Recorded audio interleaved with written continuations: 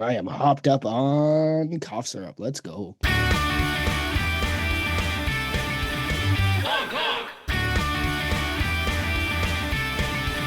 Honk, honk. All right, everybody, and welcome back to episode 1979 of the Unpaid and Underrated Podcast. I'm one of your hosts, Big Keith, joined as always by Big Joey. That's me. And this week we got special guest, Big Nate Spesso. Green. Special, yeah, Expesso Grest guest. God, I'm Hey butchering that one. y'all. Hey, buddy, how we doing? And then Nate brought a couple of his buddies if he wants to introduce them. We have belt-fed strength Kris Yarbrough here with us. I'm waving. He's waving on our audio podcast. Yep. Hi, Kris. And let's give us another wave, Mr. Eric Carp. Howdy, Big Carp. What's up, fellas? Howdy, Oh, howdy. there he is. It's a full house tonight, gentlemen. It's a full house. We have the full state of Tennessee covered here tonight, folks. You got me in West Tennessee. We got Coach Carp in Middle Tennessee, and Kris is holding down East Tennessee. That is the 3 stars on the flag of Tennessee. Nice. No, that is pretty cool. We don't see no other states showing up like this, huh? That's right. I wonder. So is what's bigger, Tennessee or New York? New York. It's the biggest state in the world. It is, that's funny. Upstate Tennessee is a lot smaller than upstate New York. That's for sure. Who has the most certified training facilities? That's what I want to know. Ooh, Yeah. I don't know, I think New York's got like 4 or 5.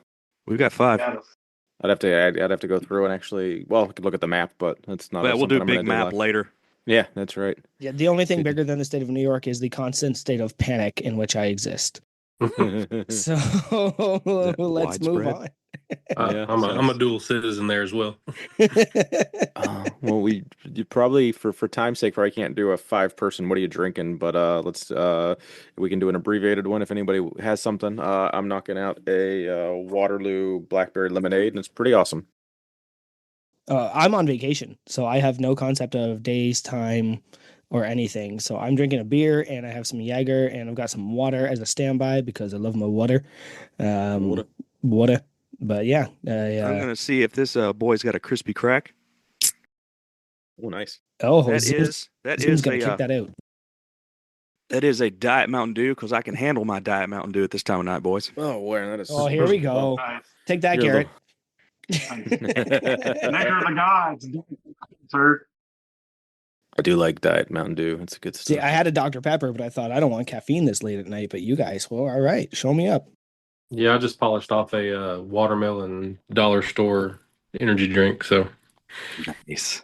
You got a lot of leather to do tonight? we just finished putting together 55 tricep straps. Jesus, Yeah, that's yeah. wild. Did that Do you real have fast. Do you have an affiliate code there, Kris? I think it's Pioneer Fitness. Is that what it is? Yeah. It's, Yeah. Big Matt saves you 10. Yeah, big man. Big Matt Haddon, friend of the podcast. Unpaid, baby. You know, this Yeah. is obviously Big Kris from Belt Fed Strength. Code unpaid, I believe. You got it. For Crew Adds- only. Yes, Rest of yeah, the Fifteen files- percent. Yeah, crew only, please. I don't share that code on social media, and I discreetly only try to tell crew. I've had one of our buddies used it that wasn't crew, and I kind of mentioned that last week, and I said, like, one of my friends joined crew but doesn't listen to the podcast. He's the one that joined crew because he accidentally used the code, and then I was like, Whatever it that takes. was kind of for crew, dude, because like he was inadvertently told the code by someone, and he did the good, like he didn't really, I mean, he didn't have to join crew, but he joined crew basically in spite of himself to be like, fuck, I shouldn't have used that code. So I thought that was pretty good. Got That's himself off the lipstick list for that. Yeah. Good man. That cracks me All up. right. So the next big section I want to bring up is Keith explains shirts. This is Oh God. this is definitely a thing I'm going to go through with every chance I get. So I'm So I want to hear what everybody's wearing, and then I'm going to pick one of your shirts, and I'm going to ask Keith to explain what that shirt means. I hate you, sir. So Nate, you go first. Yeah. I am wearing a Massonomics Powerlifter tee. I believe this is the only T-shirt that I have, so I got to work on that a little bit. I hear there's an unpaid, I underrated have other shirt. products. Well, see, I'm planning on getting that one after I've been on the show. I That's the thought that was the spirit. way you had to go. No, we want people to. We don't let the listeners get confused. We need them. Buying it is almost a prerequisite to even being a guest, and we kind of just let you slide in. Just because you were a contest winner. That's the only reason you're able to get on without having a shirt yet. I Tanner just, disagree. yeah, well, Tanner just sent me a text. Said there's only 3 of the extra large left, so I better hurry up. Yeah, I disagree. I think I want the Cruminati to own that shirt. So it's the people that really know and understand this podcast. Because then when you see them, you're like, you're crew, but like you're also nudge, nudge, wink, wink Yeah. crew, 30 right? second degree. Yeah, Yep. yeah, that's the one. I see a lifting department shirt over on Carp. Yeah, it's the black variety, not the blue. We'll let that slide. Kris, what are you wearing? I'm living in shame and wearing a "if you can't be happy, at least you can be strong" shirt. Deadlift till I'm dead. I have There that you shirt. go. Yes, Nice. I Mine. love her. Jenny is like one of the weird Instagram friends I made Yep. off of social media. Jenny is the best. Keith, what do you got there? I've got in honor of our guest Nate this week. I thought I had a green Massonomic shirt, but none of them fit anymore. So I had a green powerlifting shirt from a meet I spotted and loaded at last summer. In honor of Nate Green. Hey, All that's right, very then nice. then I guess you're gonna explain my shirt. Which one are you Okay. wearing? All right, I'll stand up and show it, and you have to describe it to the crew. Oh, Big Joey is wearing a Dodzilla special from Dodzilla's logo. Can't really make it out. I've seen it before. It's not the sticker logo, I don't believe. It's just I don't know. It says Dodzilla. Dodzilla is this Massonomics supporting numero uno. So, and I think he had some medium or large shirts in surplus, and he hooked Joey up with one last year, and I remember giving him hell about it, and he was like, "Yeah, I only got smalls and mediums, so I can't help you, Keith." Okay, so this is the Dodzilla deadlift dungeon. And what's Okay. ironic about this shirt, there's 2 things here that are very important to point out.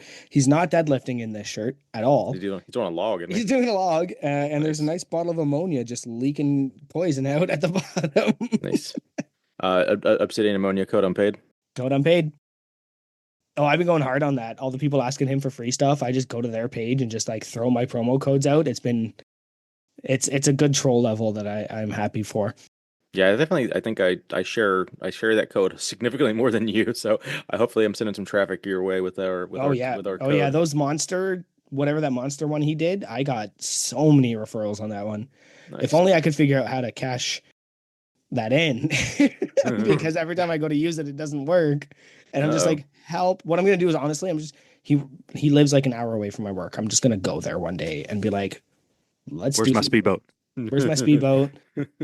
Show me some photos. Let's do a It would be a tour. cool collab, especially big content for our channel. We have a channel. I mean, Subscribe to we have YouTube. we have a an Instagram, YouTube, gym channel. Where we go to our friends' houses and tour their gyms and stuff. Yep, #1 urban podcast. That still cracks me up. That's great. Who was that That that posted that? And as he was like, why doesn't my car recognize I think it was a opening newer. underrated? Yeah, it was one of the newer ones, like Bowen Yeah, maybe. there's And so it many was- like newer guys that like are constant, like not con like there's so many newer names that are posting regularly, but like my brain hasn't caught up enough to like get them in my head of like, okay, this is crew, this is like one of like the inner circle now that like posts regularly. It's just like I still like am caught off guard when I see like a name that's like less than 6 months old or something. his car called us Urban Podcast, and I've Yes. been loving that ever since. Yeah. Yep, it's because of all the cool slang I drop. No doubt. No diggity. In Yeah. fact, to keep it urban. Okay, go ahead, Keith. Move on. I'm done. So I'm we done can being rate. stupid.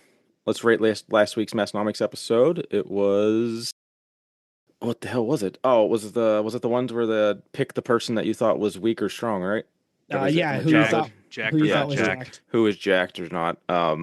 That was all funny. They definitely, you could almost tell that it was like, because it was like their 2019 idea, which I thought was kind of funny.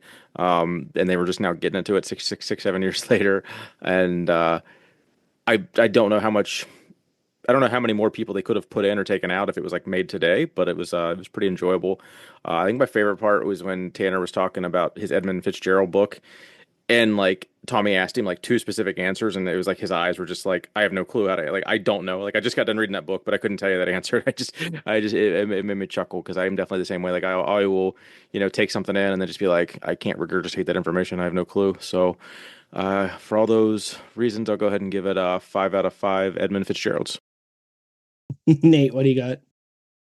Yeah, I like the podcast was I listened to it twice just to make sure that I'd have things to talk about. Now I'm in the place where Tanner was, where I can't really remember what they talked about too much, except for a couple of the jacked or not jacked were off videos or movies that are kind of were past me, since the guys are so much younger than I am, because I'm old, and being my birthday today. Happy 46, Happy guys. birthday. Oh, wow. Absolutely, Old man. absolutely. That's So incredibly old. it is. It is. The podcast was excellent, though. I give it 6.9 out of 5 iPod shuffles. Something about it, like, it's a high ranking, and when it got to the part where he was going to talk about supporting the supporting members, which is the benefit of all of us, right? He couldn't remember anything to do until Keith told him, was on the underrated podcast for last week. So since he didn't have anything available there, I'm going to have to knock off a couple of points. I think that's worth about 1.9 points. So he's going to get 5 out of 5 jacked, oiled up saxophone players from the movie Lost Boys. Nice. I'm glad you didn't pull a big Jeff there. Good. Oh, he good, saved good, it. Good recovery. I'm on screen going 5, 5, 5, 5. Don't. Not allowed. It's fucking 5. It's freaking 5 every time, damn it. Yeah. Oh, there we go. We've used Yeah, up I've our ruined that one. F-bombs. Oops. Sorry. Sorry, everybody. kids. Sorry. Definitely enjoyed the episode. Kind of a weird concept, because like here we are, like seriously just body shaming people, and like questioning Yeah, that's true. questioning the efficacy of Hollywood, because Tom Hardy in Batman looked jacked. Like he looked big, but I don't think he looked like muscular. But he definitely looked like a lifter. Like if you saw Tom Hardy in that one scene with his shirt off, he looked. I just watched last year's World's Strongest Man. Like he was built like Tom Stoltman. Like he was just big. But to hear he was only 195 pounds. Yeah, that's like Tom Stoltman's like a leg and like maybe I know. like So half like of his other leg. It was kind of just like, because like half of the scariness of Bane wasn't his size, right? It was his presence and all that. So yeah, it was kind of hard. Also, Chuck Norris is tiny. Chuck Norris weighs less than me, by the way, and he's taller than me by a few inches, and he weighs less than me. So it was really funny to hear that kind of thing, because I was just like, I'm curious how big he was in like the 70s though, because like I remember him from some of the Bruce Lee movies when he was like, or maybe not some, but there was at least one movie he was like the villain in a Bruce Lee movie when they were like fighting on an island. And one that was the movie. one. Was this the one? That was the one movie. Yeah. But to besmirch Chuck Norris, I mean, that's a little bit over the line. That's third rail stuff right there. He was like 18 or something in that movie too. Like he was ridiculously young. So, interestingly though, yeah, he's just not big. I think we could probably ourselves do a action stars that aren't as big as they seem, because remember Jet Li in every movie ever is only like 5'2". Oh wow, okay. I figured he'd at least be like 5'5" or something. No, he's a tiny fella. So I thought that was really interesting. Also, I have lots to talk about on the Edmund Fitzgerald as well. Being from the Great Lakes area myself and enjoying that kind of thing. So I'm going to go ahead and give that 6 out of 5 Henry Cavill abs from the Man of Steel, because we want to talk about guys that are jacked, that looked jacked. Henry Cavill's a big dude. Now, do you have to take one of those points away for them making 6 out of 5. So he's 5 out of 5. Are you sure you're not gonna? I mean, you could always take it away since he made a ginger joke about not having souls. How dare you? No, they did. They did. I know he did. Gingers. So yeah, 5 out of 5. There you No swear words. Let's not forget that Bolo Young was jacked. He was, yeah. He was a big. That dude was the villain in Bloodsport and lots of other movies. You're next. And it was Tong Po I believe, was the kickboxer villain they couldn't remember the name of because I remember like saying that in my head. That's who it is. I I love think as that a you knew kid, I that. always thought his name was. I think as a child, I always thought his name was like Tom Pole, and then like as I got older and I watched it again, I was like, no, it's definitely not Tom Pole. It's Tong Po. Oh yeah, speaking of that, Tanner, on the YouTube video, because we're gonna get into that, I imagine pretty soon. Yeah. Um, a Q in Mandarin is pronounced with a sh, so it would have been Xing Pan, not King Pan. It's a weird thing. I learned how to randomly phonetically speak like six languages because of my customer base. So yeah, Q in Mandarin is kind of an SHJ sound, like a sh, and then yeah, so it's Xing Pan, not King Pan. Anyway, I'm a polyglot. You're American. Oh, speaking of the YouTube video, so I am that one not. dropped. That's the one that dropped today. It was Big Tanner and Tommy in the Bassnomics basement gym there, going over the new Alibaba dumbbell racks that he finally got both of them set up and everything, and kind of walking us through the whole story on all that. It was kind of interesting. A funny fact was, I'm 99.9% sure that I was the one that like sent him like the contact information to a buddy of mine that actually had one from that company, and like they had some back and forth dialogue. So I was pretty I was like I guess they're not going to talk about me, but he was like, oh, somebody. But it was kind of funny. So I actually sent the YouTube video to my buddy that had talked to Tanner months ago and like gave him like the rundown on it and stuff. So he was like, oh, I'll have to watch that later. So it was kind of, full circle there of beginning to end of that one.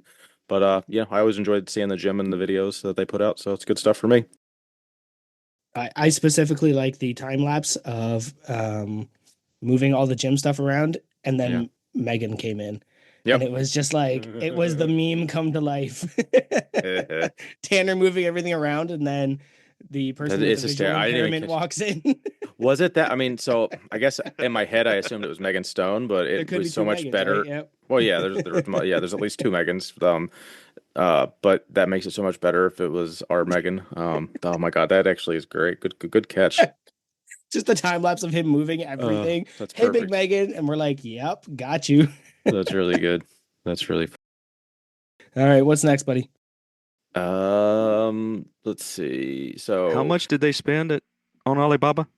it was like $2,400 $2,400, yeah. versus eight And he grand. filled up his whole house. Hmm? It's like enough money on Alibaba to fill up 3 or 4 commercial gyms, isn't it? No, it was just two racks that would have Okay. cost him 8 grand from Prime. So, the sister hosts are out in California currently, so they got that going for them. I know they were at one of the David's house as of a couple hours ago in the video.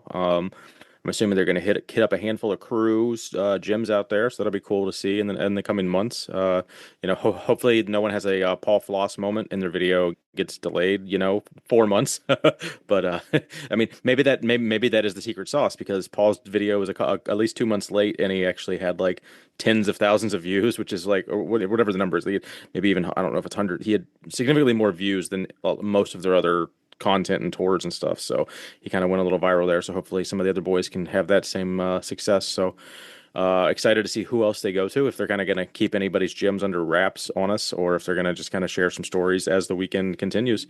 And then I was listening to the Huck Finn podcast last night, or the Let's Get Stupid podcast it is, and Huck Finn, he's been hitting at it the last couple of weeks that he's gonna, he's got a couple different trips. He's gonna go meet Lou Nutter out in where the hell's Lou Nutter at? Nebraska. And I think he was going to be in Iowa or whatever. He was making some trips out west. And I know he said he was talking about staying at Lou Nutter's house. And then he was going to then go to Massonomics, I think Saturday night, maybe, and then do some content with the boys on Sunday. So if that actually happens, it'd be kind of cool to, see them do a little collab. But knowing Huck Finn, it could very easily not happen.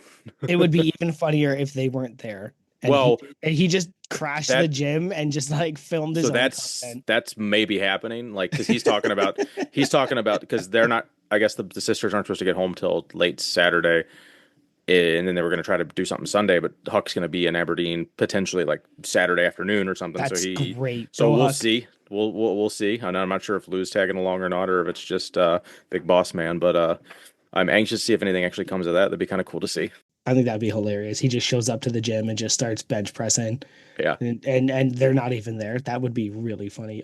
He's Um, still not confirmed for the Arnold, by the way. No, he'd said that last night too. He's like, because I had a couple of different people asked him that in the live chat because they're recording on the YouTube and then like answering live questions and yeah, he doesn't have a clue. I think he said it'll be so he will be there in person one way or another, but they don't know if they're dropping like 10 grand on a booth to Mm. sell 10 grand worth of content, of Yep. merch. So to kind of kill yourself for 3 days to break even versus just going there and having fun and not being out anything. So.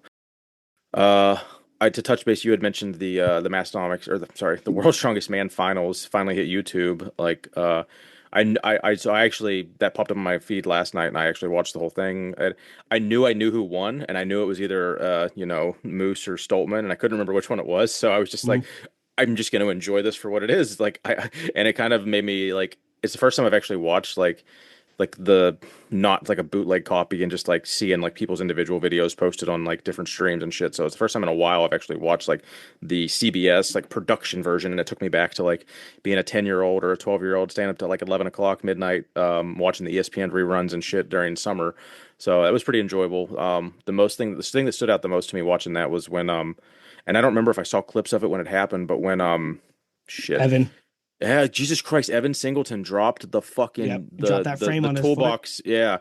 I don't know how he didn't hyperextend it and break it. It was the most terrifying thing to have like 1,000 pounds on your foot while your foot is hyperextended the wrong fucking direction, and then have like people run out and eventually try to pick it up. But like it took like a minute, a literal 60 seconds or more for people to actually go out and pick it up. So you're just the amount of pain that fucker had to be in. My God. All right, Yeah, so I'm going to yep. talk about it without swearing as much as you. Oh, So I'm gonna the reason I even put it in there, honestly, I can't recall the last time they uploaded anything like that.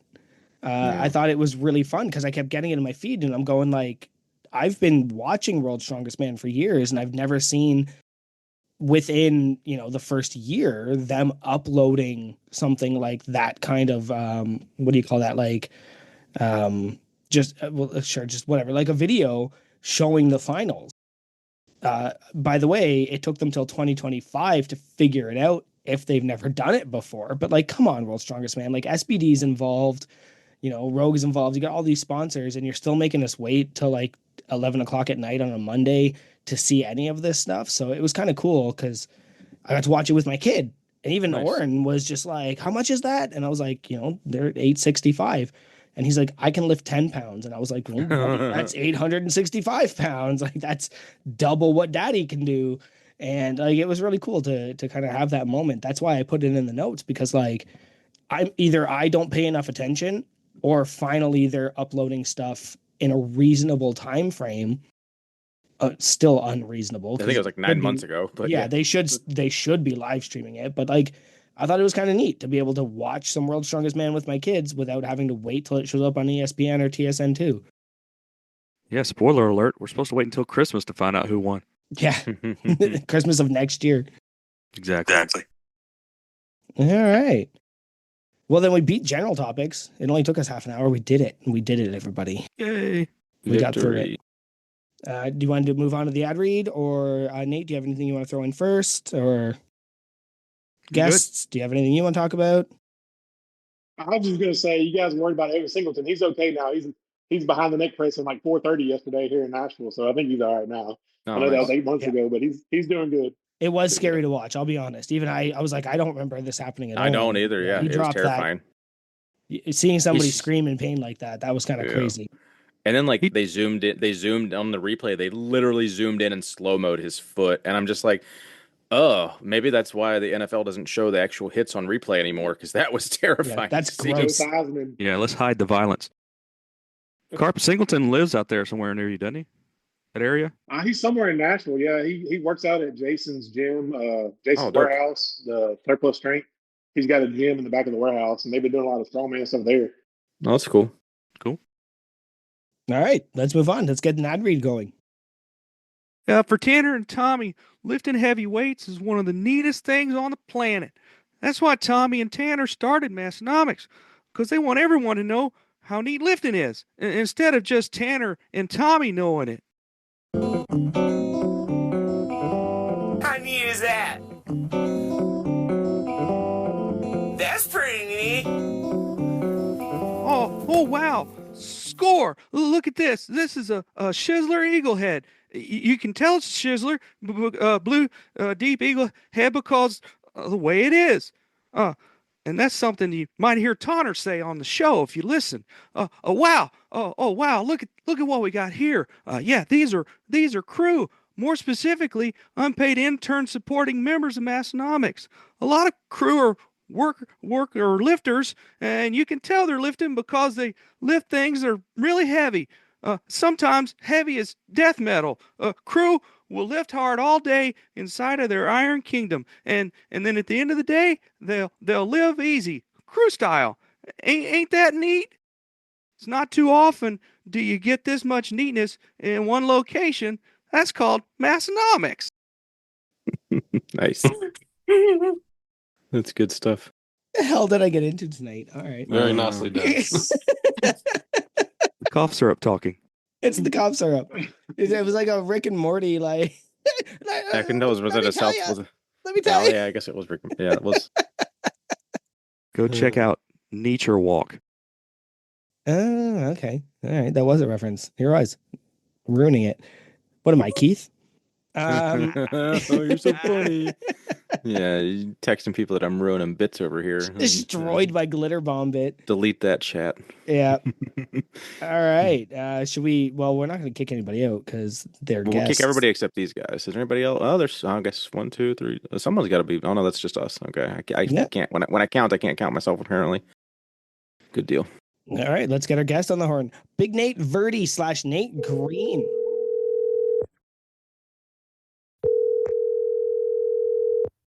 That's going to go to voicemail. Your call has been forwarded to an automatic voice message system. 01. No, wait, guys, I'm here. Oh, good. Almost missed you. Missed you. Almost had a Big Yeah, Matt moment. Yep. Well, Couple of important meetings to get to. welcome to Unpaid and Underrated. Yeah. Hey, thanks, guys. Welcome to this podcast. What's this Hall of Fame check mark for you? Oh, let's see. Well, I got Big Carp on the line here. He was helped me out getting one of my. Let's see, which one was that? That's number 14. Post a picture with another supporting member on Instagram. That was Carp. He got me that one. So that's that was 3 up until tonight. Actually, I've got a couple more that I need to look at here. So I haven't been to anything. So that gets me through attend, compete, attend, supporting member for 1 year, check, supporting member for 2 years. I actually get to mark that one off Nice. today as well. I think I signed up on my birthday. Oh wow, there you Let's go. see. Birthday present to yourself. Supporting member 4 years, no. Own a drink spotter, yes. I haven't checked this in a while. I think I'm so defeated by the fact that I don't go anywhere. Slacking. Own a piece of band merchandise, nope. 10 yet. online orders, I'm close to that one. Be a contest prize winner, that doesn't count No, for yeah. unpaid, does it? No, it's too No. bad. I mean, it It's counts too in our bad. hearts, but not in the sisters. Have Well, we asked them that? There's stuff that like he's pretty strict on contest. Okay. So I'm gonna. I mean, you can ask him, but I'm gonna say there's a 100% still chance it's. is he still strict on the supporting member doesn't count as an order? That's one. Well, that's also. We always said it was one because I swear he said it was one like 3 Yeah. years ago, and then he said he didn't remember if he ever said it, but if someone said he did, then he'll go with that. And I don't know. No one can. I think it confirm counts that. as one purchase because he told me. Yeah, we've definitely been saying it since the inception of our freaking podcast. So Well, then that might be 10. I will still stand by. Very that that's- nice. I might have your 10 supporting online orders membership is then. It one might order. be 24 if you've been up for 2 years. I'd have No, to no, check. it's Well, one not order. every week. Yeah, but 2 maybe. No, No, I'm it's maybe just close on one. that one. And then number 13, appear on the Unpaid and Underrated podcast. Hey, is that us? Yeah, That's us. boys. So that's 6. I'm halfway there. Nice. Hell yeah. Halfway there. Fantastic. And I am number 180. Oh, that covers to that this next card. question. Yep. 180. All right. Well, just so the listeners know who they're talking to, Nate, you go ahead and introduce yourself and tell them where they're going to find you at on Instagram. My name is Nathan Green, and you will find me at nate.verde on Instagram. And today is a special day for me, boys, because it's my birthday.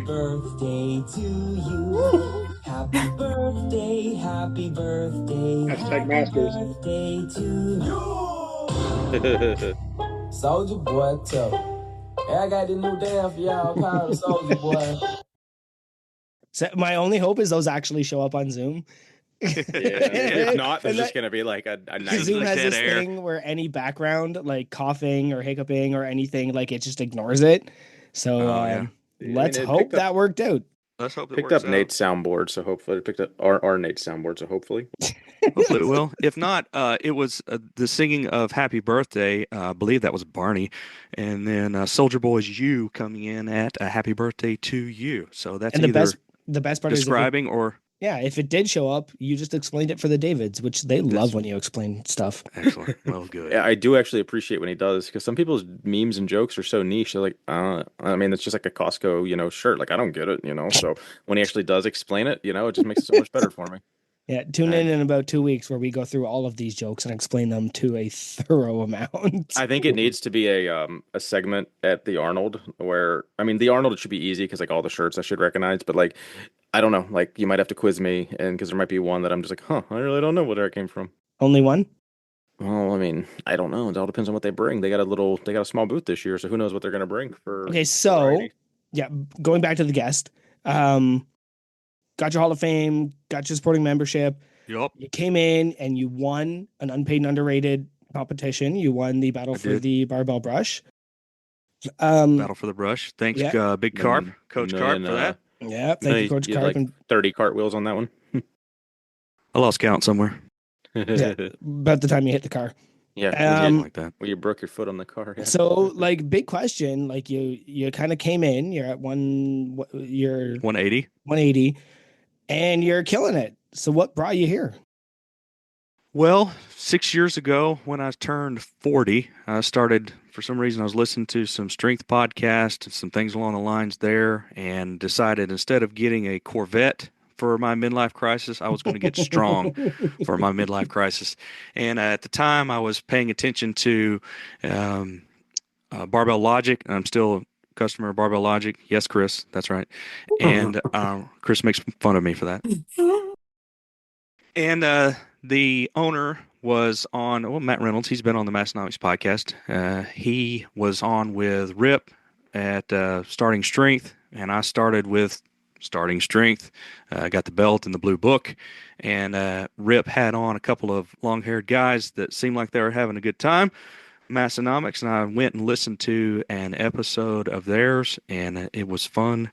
And then I started cherry picking, as many of us do, and listened to Daniel McKim and a couple of others. And then I said, you know what? I stare out the windshield a lot for my job, so I'm just going to start this whole podcast over, and started at 1 and listened through to, I haven't missed any since then. So that's also on my card that I marked off. Listen to the whole backlog. Nice. Yep. We like a backlog completer. I'm a backlog warrior.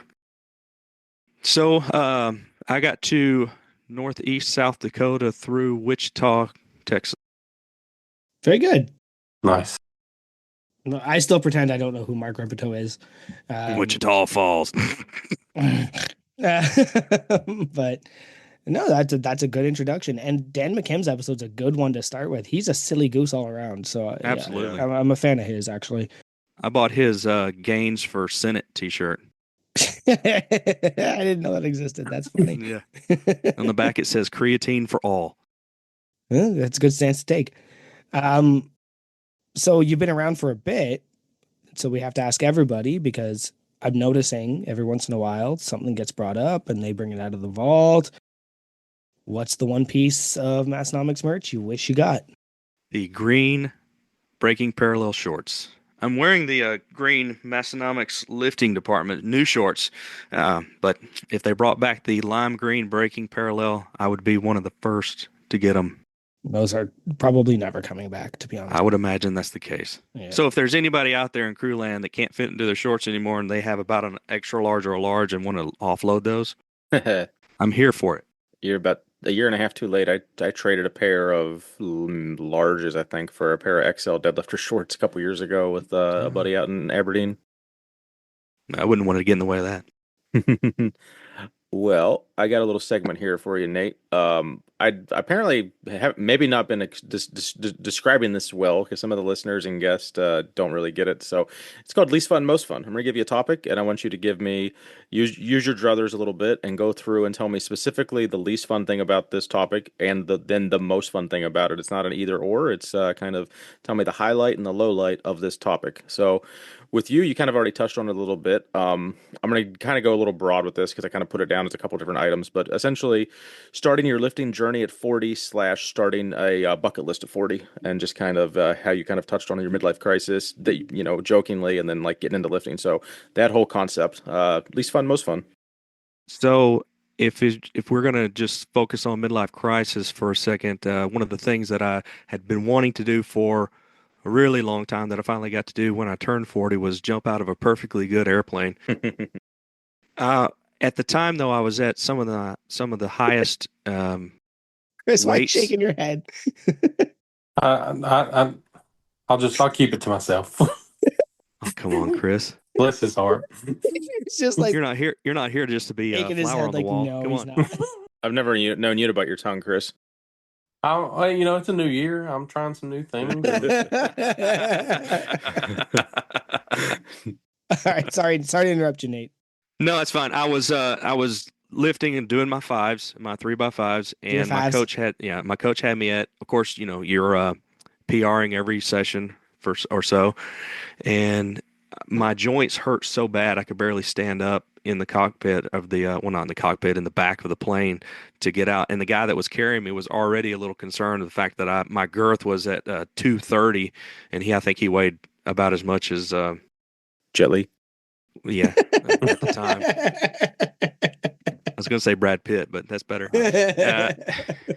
And so he was concerned that I was a little overweight, and probably was, and I wasn't helping him out much because I was just real stiff, and it was hurting me to move around a lot. But that was an enjoyable time. So the least fun is wondering what I could have done had I stuck with it from college, or had I started it when I was 30, or anything along that lines. That was the least fun. And then the most fun is tracking along at 40. Getting started, getting stronger. My girls seeing me get stronger out in the garage. Wife's, saying, hey, you're looking good in those jeans, all that kind of stuff. And a lot of and I'll work out sometimes at the gym at the girls' school, which is beneficial because the boys will see me and they aren't, what would she say? They're not afraid of you, but they respect how much weight you're squatting and lifting. And I'm like, okay, that's good. I'm good with that. Nice. So that's least fun. Did I do it right? It's a fairly new segment. Yep, I'll take it. Okay. Yeah, I mean, relatively new. Yep. Okay. But yeah, I didn't butcher the explanation that time, I guess. So good deal.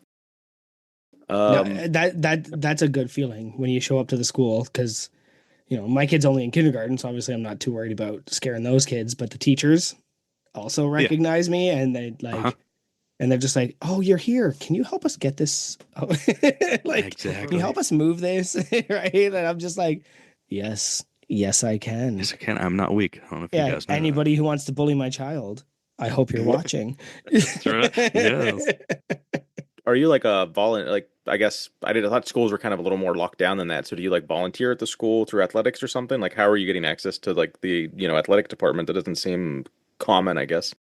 It's a private school, Okay. So the man can afford high-end barbell coaching from strength sommeliers. Strength Of course, he's going to sommeliers. private school. Strength sommelier.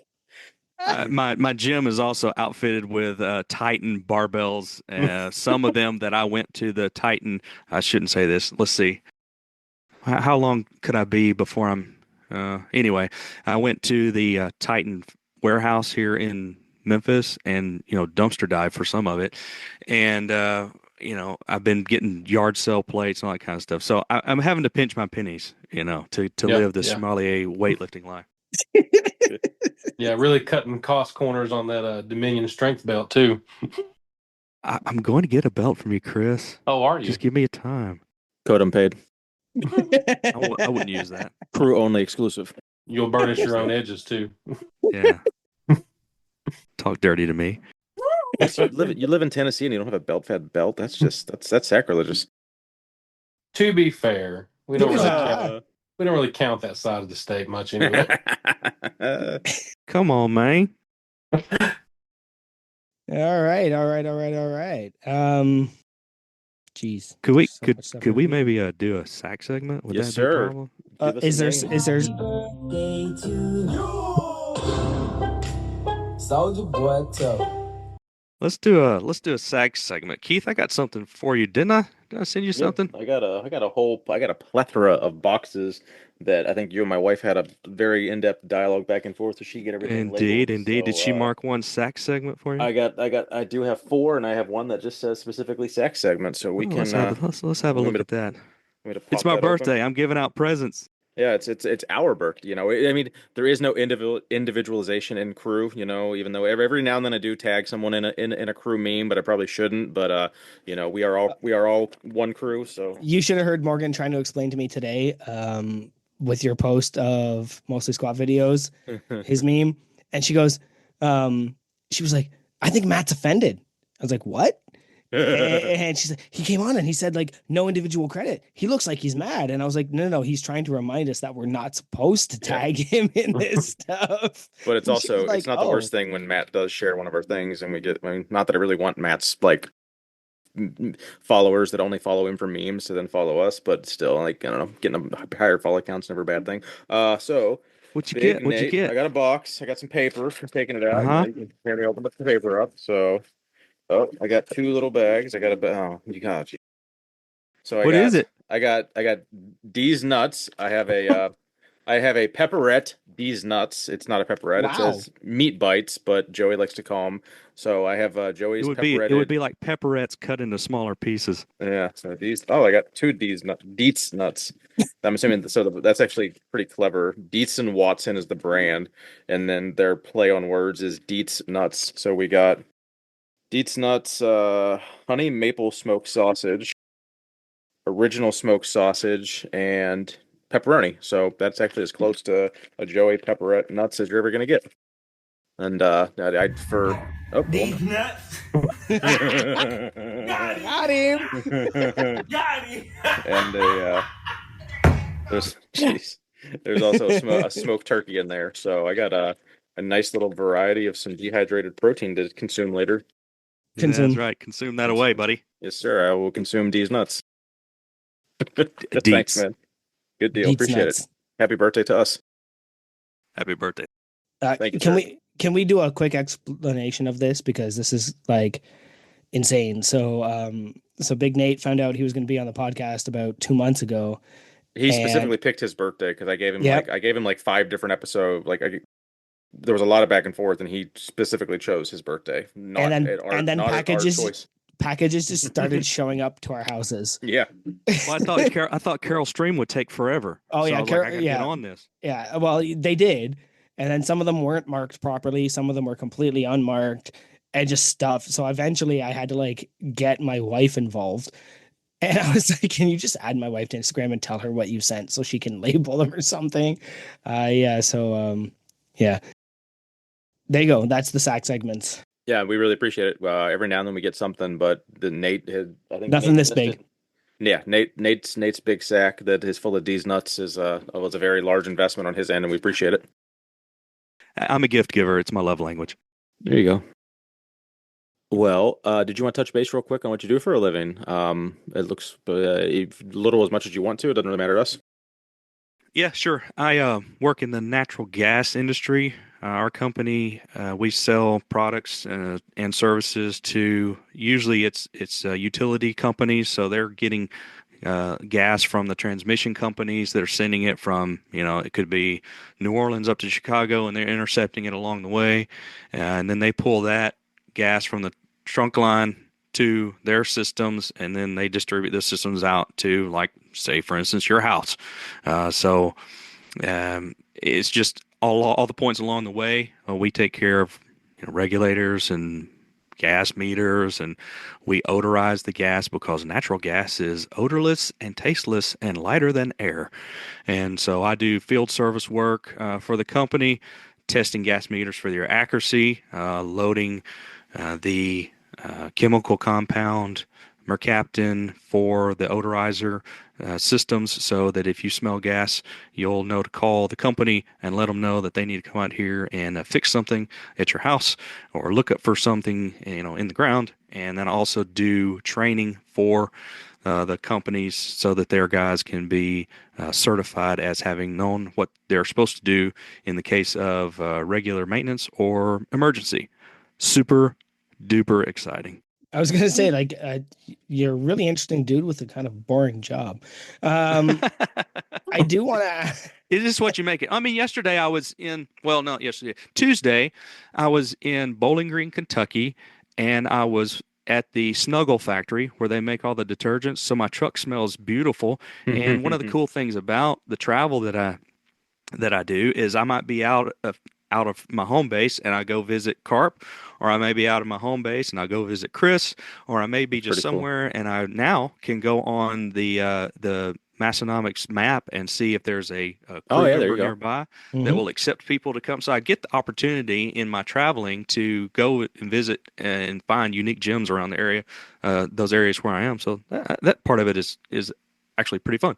That sounds amazing, and I'm kind of jealous. I would love to just randomly visit Kris and Carp. Like, that would be amazing. And get paid to do it. I do have a quick work question. What do you odorize it with?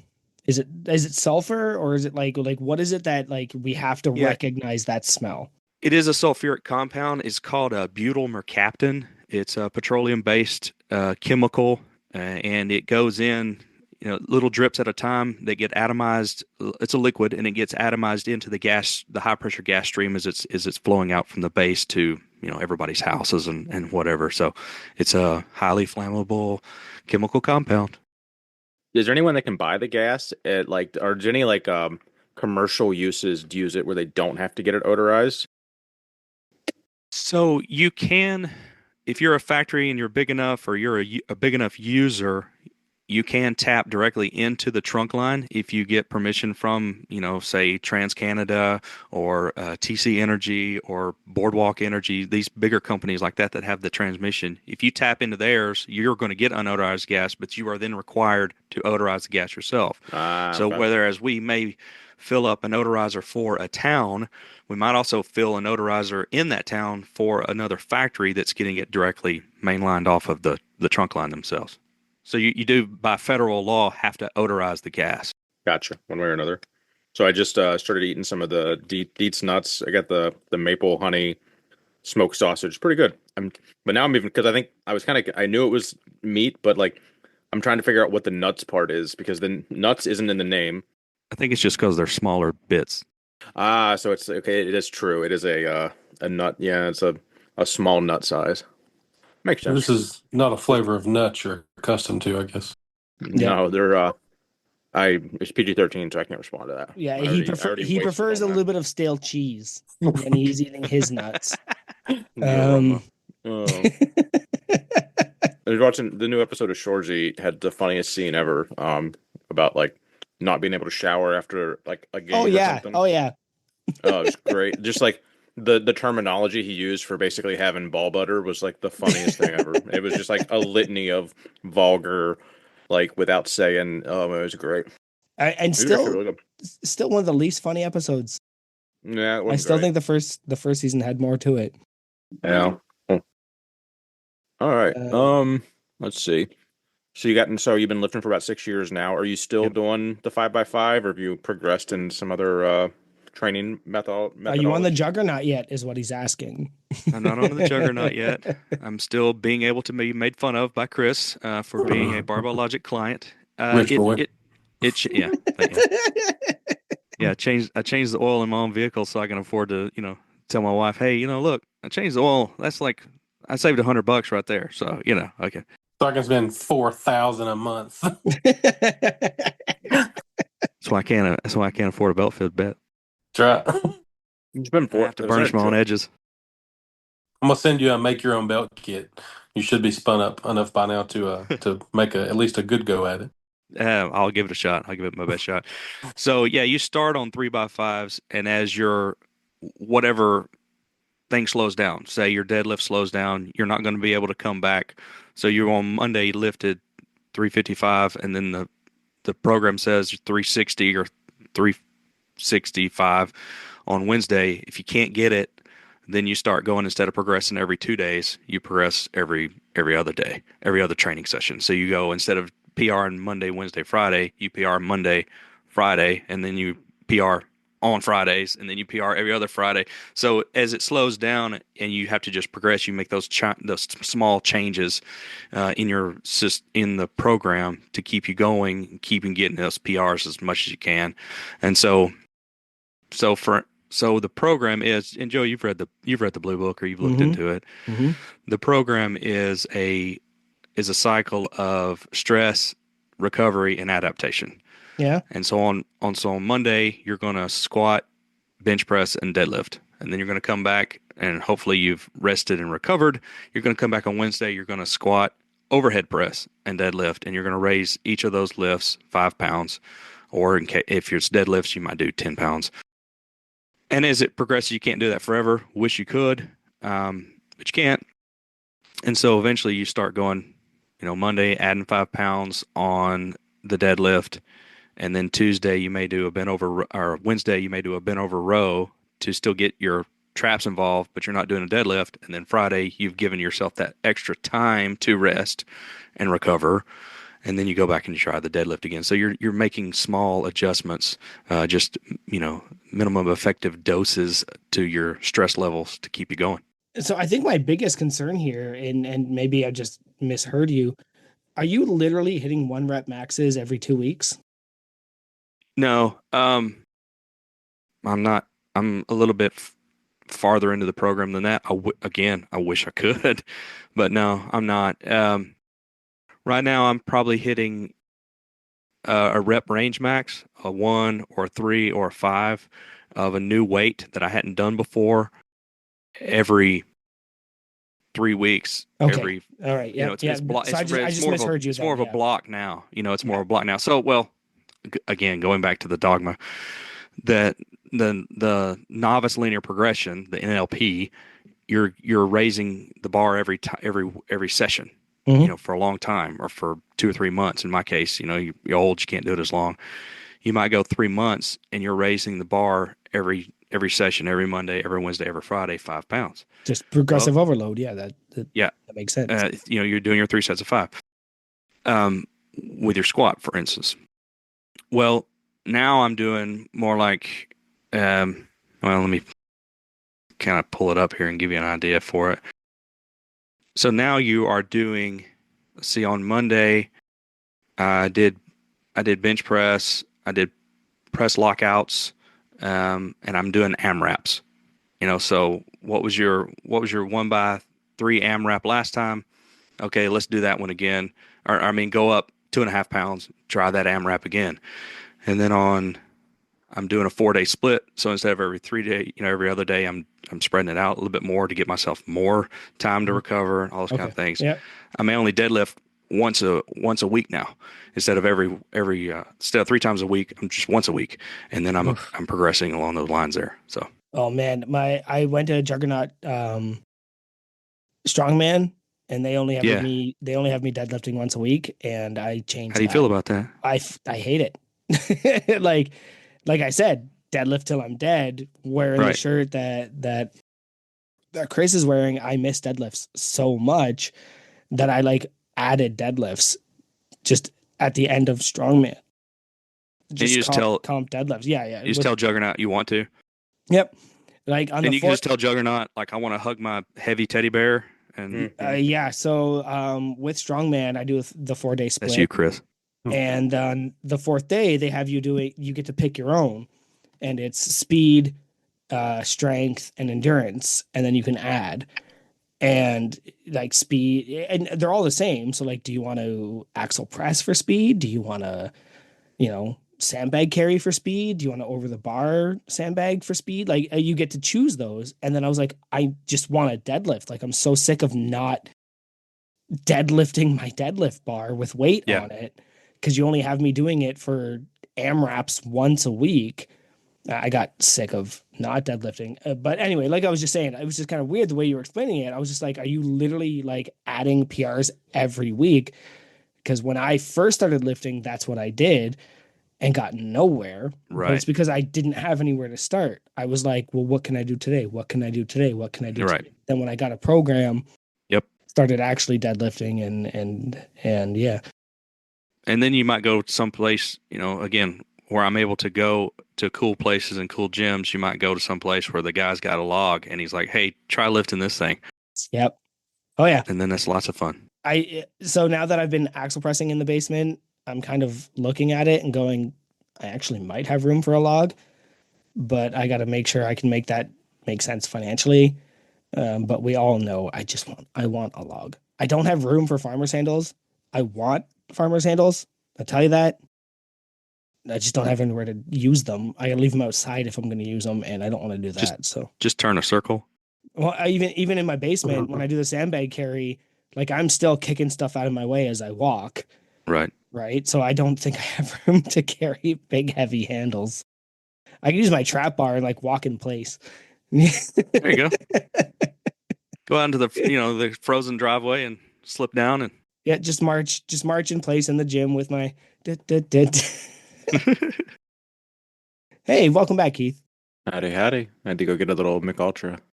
Oh, I got tomorrow off, so I was like, I can't. I killed myself on deadlifts earlier, so like I have 2 beers in the house. I can drink 2 beers and hopefully not get too hungover. Oh, that'll really help the recovery. That's what I've learned. Deadlift so as much as you can and then drink a ton of beer. That's going well for me. 2's all I need. So did you guys know that there was a giant pyramid in Memphis, Tennessee? Pyramid scheme. No. Yeah, Oh, plenty of those down code through unpaid. the years. Give Kris all your money. Is Carp even still here? Like I don't know. There's a giant pyramid, and of course, being Memphis, it's filled with the Bass Pro Shops. And there are other things. Happy birthday to you. Speaking of Memphis, why don't you guys grab What's up? your Memphis present there? Memphis present? All right. Grab your Memphis present. There are other things that Memphis is known for. Great barbecue, some of the world's best barbecue, a fantastic barbecue festival. Also known for a guy that owned a giant Pete Cadillac, had a beautiful plane, lovely career singing songs that some of them were his, some of them were borrowed. From Might have other been people. stolen, but we won't say that. Yeah, borrowed, yeah. And so the guys are opening their Memphis present. I've given them something very nice. Very nice. They are donning their gold-rimmed aviator Elvis glasses. They're pretty And dope. hopefully you guys will be able to see this on the Discord pretty soon. Look at those guys. Oh, Oh, yeah. mine's broken. Oh no. Ah, My table Harold is Stream. broken. 1 second. Here we go. Nice. You guys look like you're ready to don a jumpsuit covered in. There, I got a shot. Nice. Viva Excellent. Las Vegas. Well done. Thank you buddy. very much. Oh. Thank you. No, thank you. Oh, thank you very much. Thank you very much. Yeah. All right. Happy birthday to Nate sending me To us. to us. Happy birthday, to crew. us. Oh, I You like did hold on. I like the reflection of the ring light. It looks really silly. it. And Kris is just here watching us unwrap shit. Yeah, I'm a little jealous. Oh. I'm not taking these off. These I are mean, good. hopefully he gets you something for his birthday. You know, like a belt order. You know. He performs enough labor when he comes by. I'm pretty set for the next 7 or 8 birthdays, I think. Oh, there you go. Oh. How is These are wonderful. Speaking of Tennessee, how's the recovery of the state going on, gentlemen?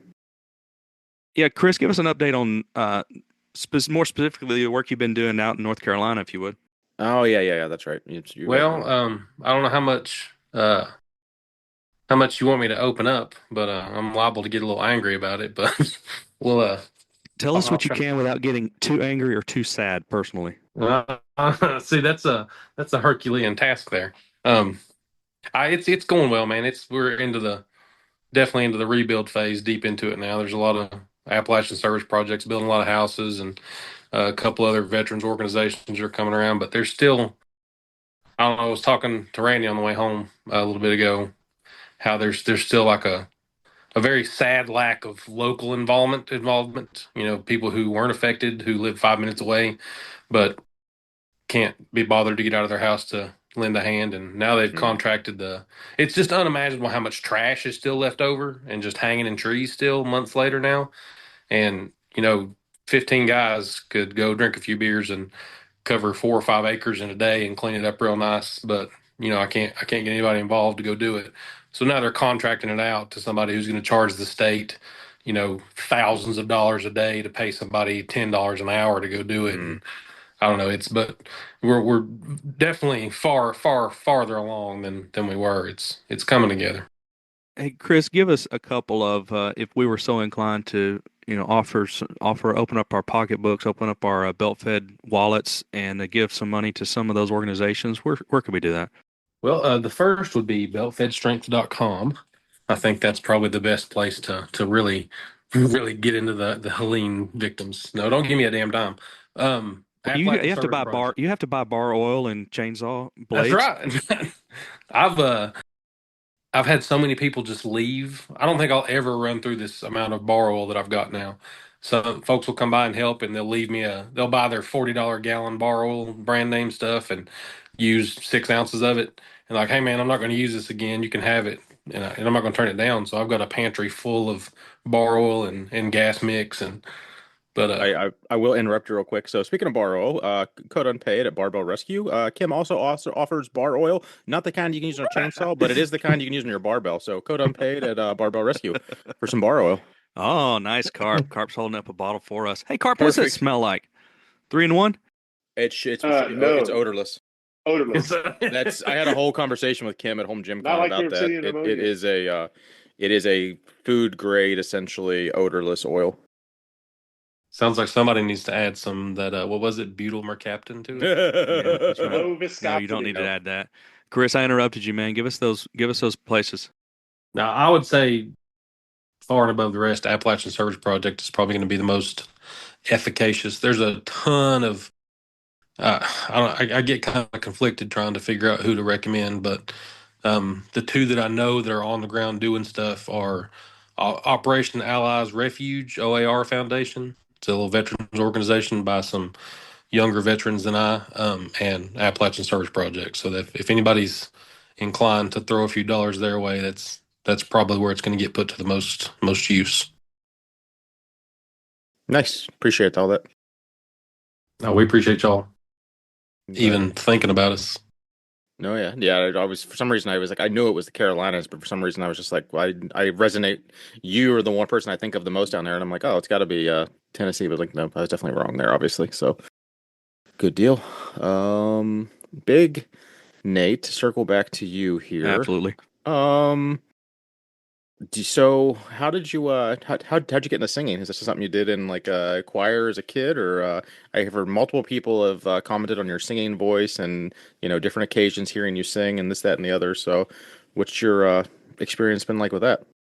Well, I grew up singing, going to church on Sunday and Wednesday in the South, and grew up singing, and then never really did it. Never really sang in high school. I was a band nerd, a marching band performer.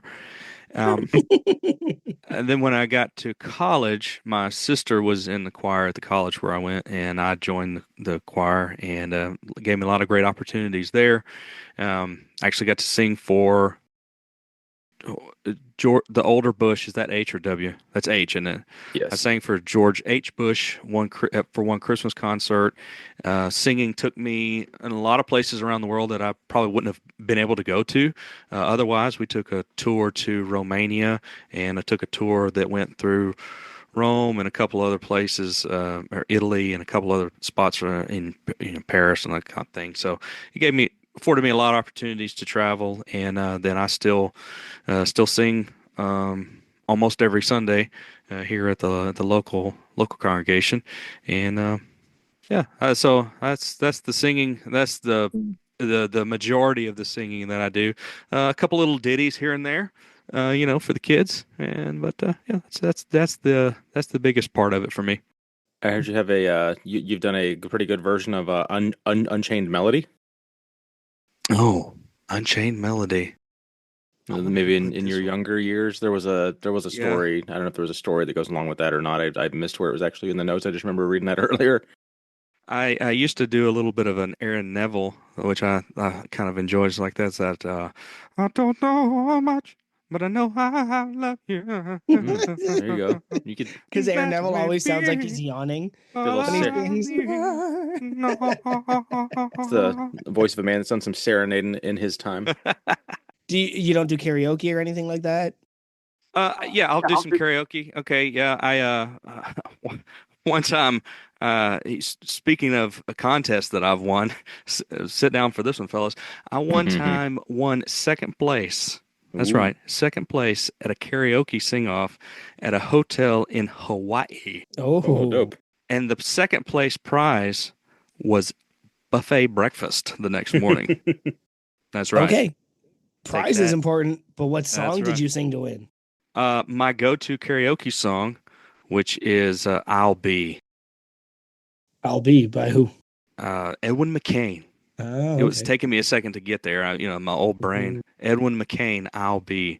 That's what I sang. The lady that won, she sang "Black Velvet," Mm. and Yeah, that's a guaranteed banger for sure. yeah, all 12 people that were voting said that she beat me out. That's just how it went. I think that's the only thing I've won from singing, besides the hearts and Oh, the just hearts beat of me so to many. it. Yeah, I was gonna say the hearts and souls of so many. Oh, you got me. And the friends we made along the way. It's absolutely the friends we sang for along the way. Should we do a Mount Rushmore? Or should we? Yeah, you kick you. I'll let you pick first, and if there's a good one left, I'll take it. We're gonna skip one of our normal segments this week just for you know one reason or another. But yeah, Hey, what do you Carp, got? what you wearing? What you wearing there, Carp? Oh, this is my belt fed strength belt here. Where'd you You get never that seen from? one of these? You never seen one of these? Oh, That old Belt thing. fed This is a strength. beaut. The champion of Tennessee. That's what I call it. I do like my belt fed strength belt. So, if you ever see me not using it, Chris, it's because it doesn't work great specifically for when I no, I love it for no, I'm is laughing shut up. because Chris is Shut just there up. with his arms crossed. It's my as you're powerlifting belt. apologizing for not using it. It's my you- For powerlifting belt of baseball. choice. It's When I not do orange some of my enough. strongman stuff, when I'm doing clean and presses, you can't have the lever in front. And the inside of his belt, it's a lot more tacky than my Pioneer belt, so I can twist my Pioneer belt really easily once I latch it, or even before. Whereas if I have Chris's on, it kind of sticks to my shirt, so I can't use it for. I can't easily use it as for strongman. So if you ever notice why the crap is he still wearing his belt fed or his Pioneer belt? That's why. It's not for So, lack of an. so I got two observations. This is what I heard. My Pioneer belt is better, and there is some whining in the cellar. Yeah, that's what I got that. Hey, I was just say like, look, man, I I wore have the same excuses all day, every day too. It's just like part of what we do. I wore It's the same belt for like 8 years, and it was a big change to implement a new belt in my routine. So the fact that I use it for three-quarter of my lifts, or At even least you've got one. that is, yeah, I yeah, know, you hate yeah, change. I do. So it was more the fact that I use it for any of my lifting after having the same style belt for almost a decade is a testament to Chris and Randy's company. Uh, I definitely I understand. When Randy and I got together, I had a hard time letting go of my last girlfriend, and she let her hang around for 6 or 7 years before I finally got rid of her.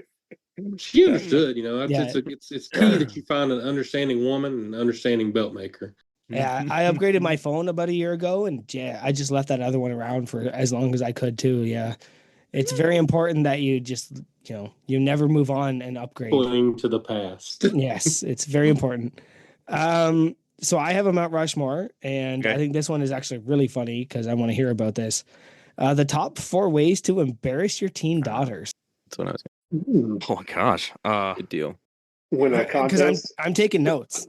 Because I have a daughter. She's a 3-nager. She's a nightmare right now. So like I'm taking notes, man. Short shorts is a good one. I got those In public. Supply. Oh yeah. In public. Yeah. Sorry, you wear them not in public? Wait, here at the Dookies. house. How short is short? A little shorter than the Massonomics shorts that we're currently donning. Yeah, Oh wow, buddy. that is Three, super 4 I short. mean, inch hey, shorts. Joey, you could go Silkies because Thinking that would about do it. the job. I actually have never worn those in public, and that's not on purpose. It's You're just missing that. out. Uh, Public, depending on their age, Mount Rushmore would be public affection. Oh Yeah. yeah, Yeah, depending on the age. my son hates that. Yeah, he's 5. He Depending on hates the that. age. Shouting at their friends across the parking lot. It's a good one. Like good shouting. Like, Yeah, hey, yeah, buddy, as opposed to you, son of a gun. no, like by name. Like, Oh yeah, hey, Brandy. Hey, Brandy. Brandy. Yeah. that Dad, one stop actually it. would be pretty embarrassing. I can see that one. Stop it, Like, Dad. Dad, shut up, Dad. You're But that's your embarrassing me. friend. That's your friend. I want to say hi. That's right. I've known that person for 10 years. Let me talk to my friend. That's right. I've known them since kindergarten. Let's see. That's 3. You got one more. Embarrass them in public. I mean, I think just if you're so inclined and you can't carry a tune in a bucket, sing them a song. I mean, that would be a really good way to do it too. Yeah, yeah. So just connecting yourself with them in public as like this is my child. I'm their father, right? Yeah. Loudly in some way. Backflips into bodies of water. That's a good one. All right. Good work. Good work. All right, I'll hit you with another rapid fire one here. So, Mount Rushmore, top 4 gyms you've been able to visit through your work travels. I guess home or commercial if you've been at anybody's personal gyms, but however you want to take that. Coach Carp's gym. There's one. Yeah, Yep. that'd have to be on there. I benched 315 with some smooth strength plates. Nice. I had to go to them. It was just It's fantastic. smooth and easy to grip. Yeah. That's right. Chris, what do you call your shed over there? The dungeon. Apex is the commercial name. Yeah, but Chris has a little locker off the side where he hides all the good stuff. Doesn't let the Apex people use it. Oh, nice. Very select few. Very select few. Ironworks Gym in McMinnville, Tennessee is a fantastic gym. They've got they've got those 6-shooter Avancos in there. That's the first time I've used those. Those were really cool. Let's see. That's those 4, and nothing really beats a good buddy with a great garage gym. My buddy Daniel here in town has a great garage gym, and I haven't been out there yet, but I'm coming to see you. Philip Big Barbell Baby. He's got a belt too. I'm the only one that doesn't have one. Baby giant barbell. Is he crew? He's not. I've told him 2 or 3 times you got to become crew. You can't have that belt and not be crew. And he's like, I don't know. Massonomics just doesn't really. It's just not really my thing. And I'm like, you haven't listened long enough. I don't know you can be friends with that guy. I'm still working on him. Joey would like him. Good deadlifter. Yeah, What? yeah. He goes You down like to him? the. He's a good deadlifter. He goes down to the local. We have something down here in this area, a little chain called ATC. Anytime. I don't remember what that C stands for. And he'll go down there and like rep out 600 in front of all the, people on their Stairmasters and stuff. All right. I got 4 there, wasn't it? Yep. Yeah, Yeah, you got it. You got it. You got it. Oh, Chapel Hill Philip's Fitness. got I can't another leave belt out my coming buddy. soon. Can't leave out my buddy Isaac in Horton Highway, Chapel Hill Fitness. What was that, Chris? Philip actually has a second belt on order right now, just as an aside there. There you go. He's on that cut. Yeah. Losing weight. Nice. That's always a good feeling. It's like it sucks to drop another few $100 to buy a new belt, but it's like, well, if it's because I lost 50 pounds, like that's not a bad thing. So Yeah. Good deal. Always like to hear that. Hey, another belt head plug there. If you are a little husky, he puts a few extra in there for you. Yeah, so you can he get a little did. bigger. He told me that specifically. Yeah, mine. Yeah, I could definitely go either direction on mine. I'm kind of right in the middle of it right now, which is good. Nate, I want one more story at least from you before we move on to another game. I want to know about your. You had a foot / a leg or foot, leg, or ankle breaking while basically either doing a video for or imitating Jackass, one of the two. So there's a whole story there, and it was submitted a few different ways, but I think it's the same story. So tell me that. So this story begins in college. We had gotten some shopping carts from the local grocery store, and we're So this would have been set the mood. So you would have been like late 90s. 2000s, Okay, in 2000s. the Okay. early 2000, like 2000, 99, Yeah, 2000, probably. I Yeah, if think you're it was. 46, it had to be 2000. Yeah. The golden 2000. age. And there was a decline grass hill that had a curb right up against, and we were of course running each other across the way there, the road, and you hit the curb and slide down the grass. Did that over and over again. Tons of fun. There was one scene where one of the guys on the show was on a lifeguard stand, and he jumped off the lifeguard stand and belly flopped into the sand, right? Belly flopped into the sand. Mhm. And I thought I can do that one. And so I'm standing on a rail, not to the flat ground, but to an incline, and I yelled, "Hey guys, watch this!" I believe the exact words were, "Hey Stefano," a friend of mine in college there. "Hey guys, watch this!" And I jumped off of the ledge, and it was 6 to 8 feet high, so not that big a deal. And I was going for the belly flop and changed my mind and put my feet down, and I put one leg down and thought I turned my ankle just real bad. Like I thought I just sprained it real bad. And I walked on it. I walked back up the hill, and I sat down and took the shoe took the shoe and the sock off. Well, when I pulled my sock off, my foot kind of flopped over, Oh. sort of the wrong way, like a way that it had never gone that far before. Oh, man. And I thought that's probably not good, but it was that No. night, and I thought I just sprained it bad. Oh. And so, we went back to the apartment, and I got a trash can and filled it full of ice and water and just submerged my foot in that until I couldn't feel it anymore. And then, went to bed, got up through the night in an amount of pain. And then the next day, called the parents and said, going to go to the hospital. And then went to the hospital, and they did an x-ray, and they said, "Yep, you got yourself a spiral fracture there, friend, on the fibula." And if you're not familiar with a spiral fracture, think of this is how the doctor described it to me. He said, "You've opened a can of biscuits before, haven't you?" And I said, "Yes, I have." He said, "Well, that's what your bone did. It broke in a spiral up the bone there. So That ain't good. a plate and a few screws and some time in a cast on some crutches. That's my biggest broken bone, only broken bone really."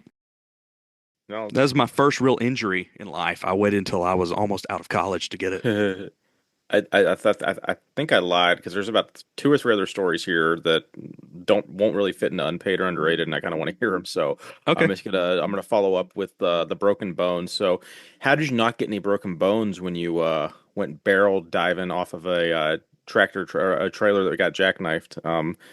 There was a whole story of you riding in the back of a truck with some bed frames or something. Yeah, so I grew up going to a summer camp with a guy that was right at my age, so we grew up together. His dad owned the camp; that was his family's land, and so I was working there during the summer. I think it was between my junior and senior year of high school, and we were loading up some bed frames. These heavy steel bed frames. We were moving them from one spot to another, and we being dumb and lazy just put them on the end of the trailer, right? So we had all these steel bed frames on the end of the trailer, which is a terrible place to put it. Which, Yeah. if you've ever seen that treadmill with a car on it, when they tap the back end of it and they show you where you put the different weights. If you haven't seen that, riveting content. Go look that up on YouTube. If you put the weight on the back of a trailer, it makes the connection of the trailer and the truck fairly unstable because you've put a lot of weight lifting up on the tongue of that vehicle, and we're sitting over the wheels of a dual axle trailer, open trailer, like a hayride trailer is what they used it for during the camp. They had all the weight on the end of it, and me and another guy were sitting across from each other, all over the wheels, and then my buddy that was the camp owner kid, he was driving. He was 16 and a half, and I was 17, and we started going down a hill. Well, when we started going down a hill, that's when physics really started taking place, and the trailer started pushing the truck. Well, there's an old Chevy Suburban, those giant mirrors on the side, right? And I'm looking at him, and he's looking at me with these giant deer in the headlight eyes because he doesn't know what's happening. You don't know what a We don't brake know what's is? happening other than we're thinking, all right, cut it out, dude. His name was Brent. All right, it is Brent. He's still with us. Love you, buddy. I'm looking at Brent and I'm thinking, I don't know what you're doing, but cut it out. This isn't funny. And he's looking at me like, I don't know what's happening. It's not funny for me either. If you'll imagine, the truck goes one way as the trailer is pushing it, and the trailer goes in the jackknife direction in the other way, and then it corrects itself and goes back and forth, seesawing back and forth across the lanes. Terrifying. So at one point, I am airborne because I have been ejected. Don't know why, but I hugged my knees up to my chest. So I've made myself into a tiny little ball. I got thrown off one direction. The guy sitting across the trailer from me got thrown off the next time the trailer went to his direction. So I finally have rolled a couple times. I'm just sitting there, gathering myself, seeing if I'm broken or perhaps in another dimension. Do all the, kind of self-check. I think I'm okay. I go to stand up. I realize I don't have my shoes on anymore. They were ejected at some point as I was rolling. Knocked your socks off. It did. So I was sitting there. I'm sitting up, and remember, I got thrown off first, and the other guy got thrown off next. I sit up and look across the road, and he's sitting directly across from me. So I rolled. He landed. Ouch. So when we went to the hospital, there in this little town of Alabama, Lineville, Alabama, and they looked at me and they said, "Yeah, we're going to clean you up." And they looked at the other guy and they said, "Yeah, let's go to X-ray." So we're back at camp later on, and I'm road rashed from head to stern. And he comes in hobbling, and he says, the other guy that landed, he says, "Man, Nathan, you look really rough. Like, I got all this road rash on me." It's like, "You look really rough." I said, "I may look bad, Rodney, but I walked in here. I'm not on crutches." He broke his hip. Oh, jeez. Yeah. As a teenage, that's a. So I got road rashed. He got a broken hip. I bet you guys gave him help for that too. Down after the initial shock wore off. It's like something happens to old people breaking the dang hips. That's right. That's pretty brutal. So to overcome the physics in that case, what you do, kids, is you floor it. You don't think that's what you're supposed to do, but when you gun it, now the truck has control of the trailer again instead of the trailer pushing your truck. So I hope you never find yourself in that situation. But if you do, hauling bunk bed frames on a dirt road back in Alabama, you got to gun it and get uphill and then slow down. In 1995. Yeah. If I end up in that exact scenario, that's good advice. Thank you. Yeah, You're we'll welcome. try to remember that. Yeah, PSA. we are an educational podcast. Probably the last thing. I had several stories that I could actually get into that all kind of tickle my fancy, but the one I guess is essentially you're pretty good at imitations. It specifically said some teachers, so from your youth, but so outside of that, because it won't really, I guess if there's a story there, go with it. But I guess, are there any celebrity imitations you do or any yeah, impressions are a thing. I want to hear them. What do you give me your Rushmore of impressions you can do, or just run with the impression topic segment here? Well, I mean, you guys heard my spot on Elvis earlier. Yeah. Do Kris. Yeah. So we had Elvis, and then we had I think we had Rick. We had Rick from Rick and Morty earlier, and Elvis. Yeah. Anybody else? Well, the teacher was our he was that like life science, earth science, and taught us about plants. And his name was Mr. Henry, and he liked to teach us about different kind of plants that we might find out in the forest. And one of the plants that he talked about that we liked the most was milkweed. So you find you some of that milkweed. If you get a cut or scrape on your arm, you put that milkweed on there, and it feel a lot better. So that was Mr. Henry. That's probably the one that was being referenced about teachers that I could and then my Aaron Neville, of course, pretty good. That's pretty good. It was pretty good. Yeah. I got a little bit of a Hank Hill that I think I do pretty good. I don't. Yep. It's not very far of a stretch, honestly. But see, he was in the propane business, where I'm in the natural gas business. Has two different I mean, industries. they're adjacent to each other. They are adjacent. Oh, but I tell you what, old Bobby, he gets himself into a lot of trouble not doing what the old man tells him to do.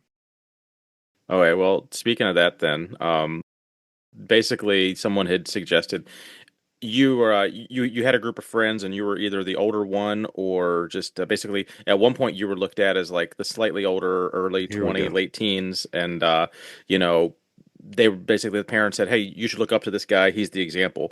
But then after countless encounters of you hurting yourself or doing, maybe not the smartest thing in the world, they eventually just said, "He's a good guy, but maybe don't take his advice on stuff."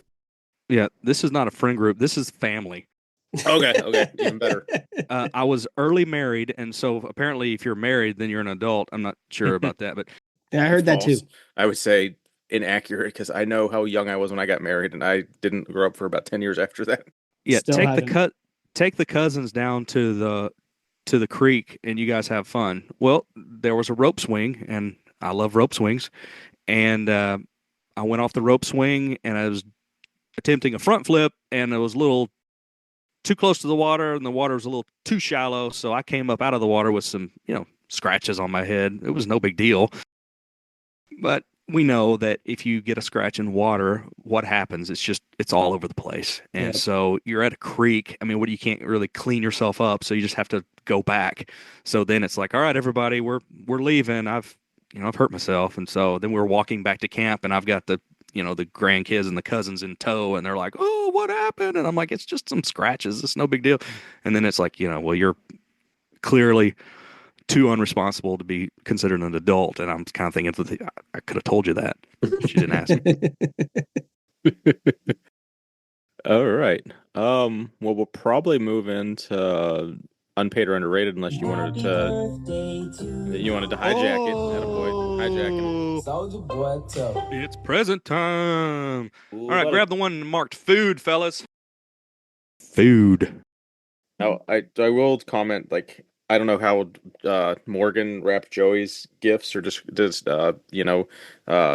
them hidden, but mine are all like in random other boxes and bags, I think. Hopefully so it's kind of funny. They're easy to get into. that- No, they Actually, are for sure. It's just This one like hasn't been opened, so I'm gonna have to knife this. I love it. Okay, I've well, got my, the normal knife people use. Joey, I know you're not the biggest candy guy, but Yeah. I got you some candy I thought you might enjoy. And it has a bit of a tie-in to Memphis, because when you think Hershey, of course you think Pennsylvania, you think chocolate, but they don't make chocolate in Memphis. There is a Hershey manufacturing facility in Memphis, Tennessee, where they make those little duo mints, like it's one flavor on one side and one flavor on the other side, just little chalky mint candies. They also make Twizzlers, which, by the way, a Twizzler right off the manufacturing line is some excellent, excellent candy. Warm Twizzler, very, very good. Good They episode make title, that. Nate. Well, I ain't mad about this at all. I'm loving mine. So Yeah. you're familiar with this, Joey? Yes, I am. All right, Joey, tell us what you have. So I got me some Good and Plenty. So Good and Plenty, we have them up here under a different name. But they are a black licorice candy wrapped in a hard candy shell. And Okay. yeah, huge fan of those. Huge fan of those. So in the manufacturing process, basically they have those giant cement mixers, the ones that just tumble. They throw the licorice jelly beans in there, and then they douse them with sugar, and then later on they douse them with another harder coating, and then beeswax to keep them separated. Joey, the red coloring on those, are you familiar with the what they use to make that little red pinkish coating on there? Well, I'm kind of hoping that it's beetles, but it might be beets. Cochineal bugs. Yeah, buddy. Cochineal bugs. Then you mash them up, and they turn this little red powder, and there you go. And, So and Protein. We have a version of these up here. Yeah. I forget what they're called, but they're not the same at all. Now, I don't know if on the back of that box it says made in Memphis, Tennessee, but I know I've seen them being made in Memphis, Tennessee. I'm so already halfway through this box. excellent. excellent. And And, Keith, Did you get anything? Yeah, you must have been talking to Big Jen. Is it I a bag of got dicks? no. I don't know That why was neither. earlier. It is yum yum sauce. It is a 2-pack, large amount of yum yum sauce. I will probably not be able to consume all this before it expires, but I will at least get through one bottle, I bet. Um, Yeah, I gotta not eat. I have to actually meal prep chicken tomorrow, so I will be a little gluttonous and probably eat some yum yum. I think I had steak when I was in Sioux Falls with the yum yum sauce, so I'm assuming chicken would be just as good as a dipper or using that as a dipping sauce. So Absolutely. it says we're It's yum good yum. with Japanese steak, chicken, and shrimp sauce. So I'm will definitely eat some unhealthy chicken with this tomorrow. Appreciate it. I think my favorite part about this is there was no bag. Bag? Like the box itself, it just opened right into the box. Whereas most scenarios, like it's a sealed bag inside the box. Ah, that's some movie theater access right there. Hell yeah. So Yeah. Don't eat you all of these right now. Yeah. right, Joey, that was the most difficult thing to find to send to you because food across the border is apparently impossible. Yes, it's And I hard. went to Amazon and I'm checking out and they're like, "Yeah, you can't ship this." I'm like, "Why? What's the big deal?" And then finally it occurred to me, "Oh, it's Canada." So then I had to find some place, I had to find a candy shop and then find those at that candy shop and then have them send them to you up in the We have a version of Great this White up here. North. God damn if I can remember their name. Pardon my language, but um, like we have a version of these, and they come in like multicolored. They look like the sprinkles. They're not, but these are the top tier version of these, right? Like the original version of these. Yeah, excellent. See, I'm looking. I don't see it here. Sorry, I can't help you out there. No, Yeah, it's it okay. just says good and plenty, good and plenty, good and plenty. But we extremely appreciate it, Nate. You've definitely put more effort into crew gifts than probably the majority of our past crew combined. So I personally thank you immensely for all that. So, and I know I have one more left at the end at some point. So, I'm even excited about that one. Good Me too. stuff. Good stuff.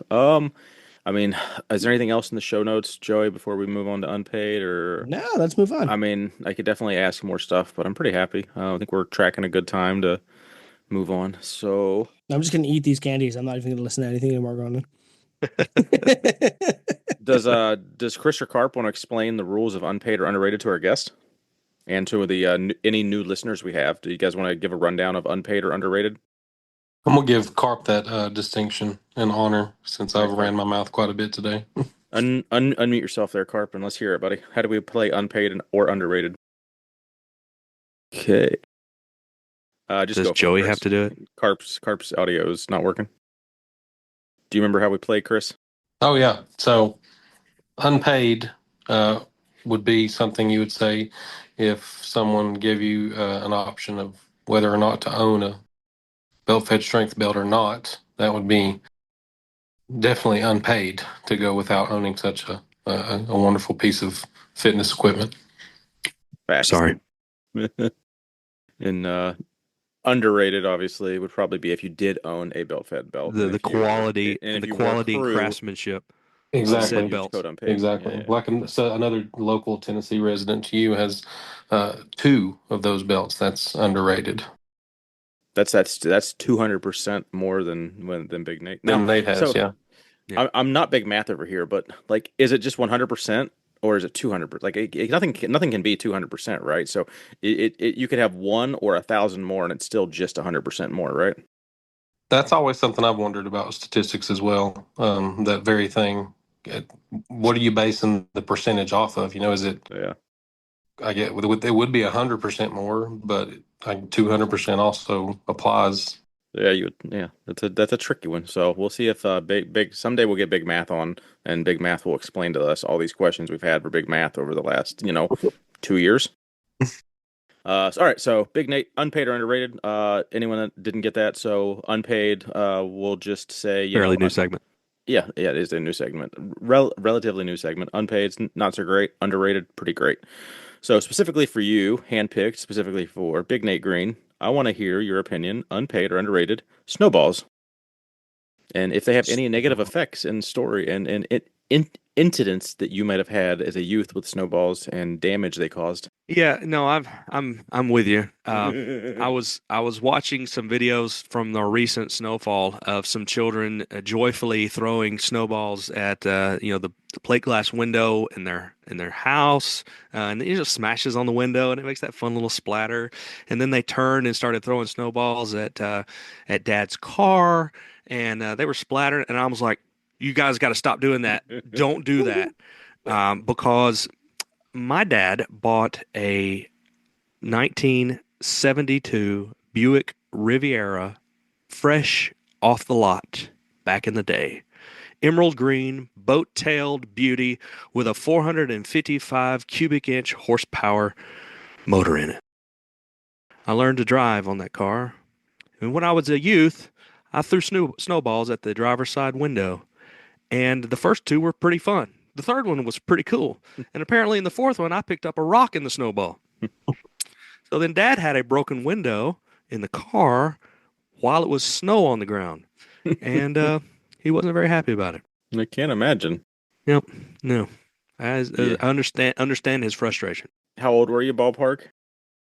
Old enough to know better? I don't know. Well, yeah, I know. That's the worst stuff. I have like a list of stuff in my head where I was like, if I could have like a time machine and like not big stuff, but like little things. If like just slight things where I could just tell myself to like, don't do that stupid thing as like a 10 to 15-year-old. That's where I was going to life say might be somewhere slightly between different. somewhere between 8 and 12, something Yeah, there like you go. that. Probably around 80. Yeah, because then it's just like that. Like you, as a 46-year-old, you probably still think about it and kick yourself in the butt over it too. Oh, So yeah. like I have some of those moments where I was just like, God, why didn't someone tell me to like just not be stupid as a kid? Like just don't do really, really stupid stuff. And Yep. life would potentially turn out slightly different and for the better. And you just wouldn't have these like nagging anxiety things where you're like, oh God, I For did sure. that. Like I gave my loved ones so much like frustration and it was my fault. Good deal. All right. I'm glad that's over Unpaid. with. Yes, yeah. I mean, Tennessee doesn't get what do you guys get? Like an inch of snow a year or something? That's right. And it's gone. It comes on Sunday and it leaves on Tuesday. There you go. All right. Unpaid or underrated? Let's go with the boomerangs and the story that might go along with that. Not sure why, why do grandparents give the gifts that they give? That's a question that we probably often ask ourselves. Drum sets. Um, It's always a drum set.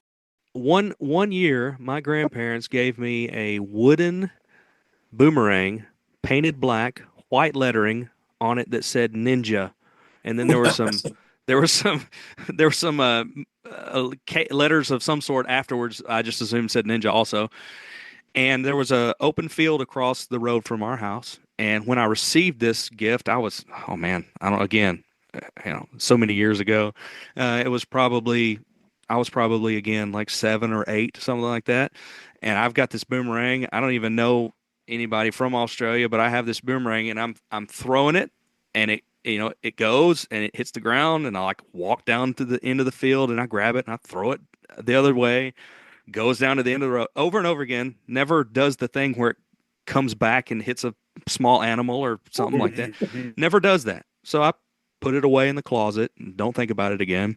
And then a couple years later, mom and dad are like, you need to clean out your closet. I'm like, okay. And I go in there and I'll, the boomerang, I forgot about this thing, right? I probably hadn't messed with this thing in 2 or 3 years. So take it across the field, throw it, same thing. Doesn't do anything. Go get it, throw it back. Hits the ground, nothing. Okay, I'm done with this. One last time. Here I go. One more throw. I don't know if it was the wind or the way I turned my wrist or how I flipped my thumb, but that thing just as pretty as it could go just started turning and turning, and it went across the sky so beautiful and such a nice arc, and then that thing started coming right back. And it had never come back before.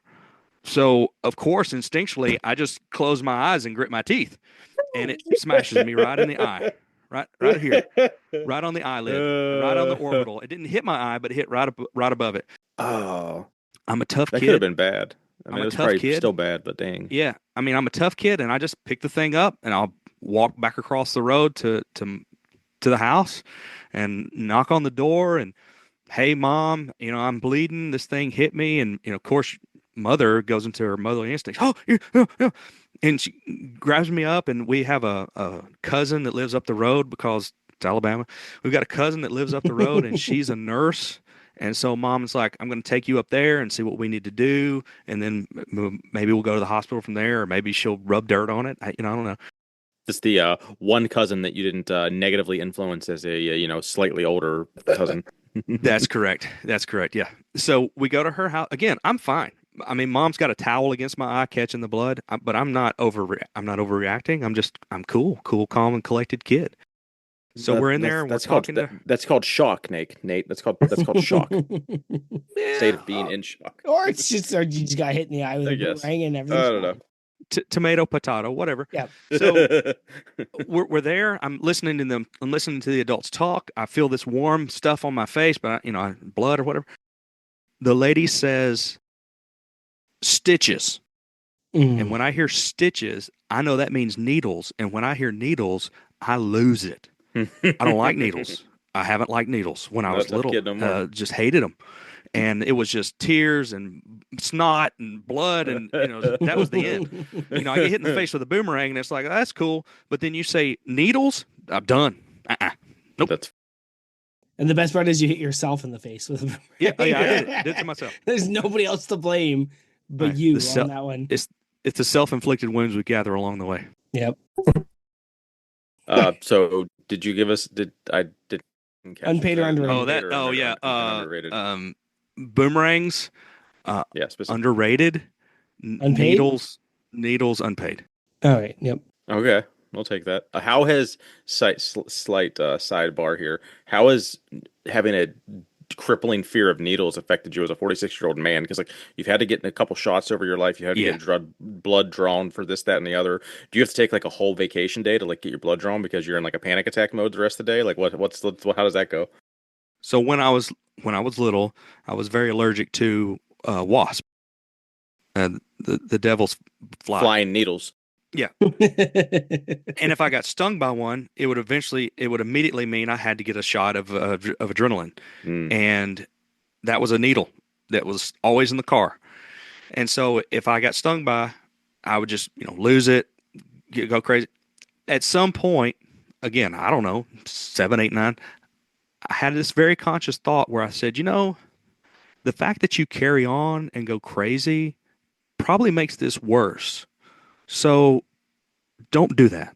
Mm-hmm. And then the next time I got stung by a wasp, I was like, okay, calm down, go get your EpiPen, smash it against your leg, take the Benadryl, take a nap, see how it goes. And since that time, the needles haven't bothered me as much. I mean, in college, I gave myself allergy shots and, okay. So all that kind of stuff. It doesn't bother me as much anymore. Phobia. Yeah.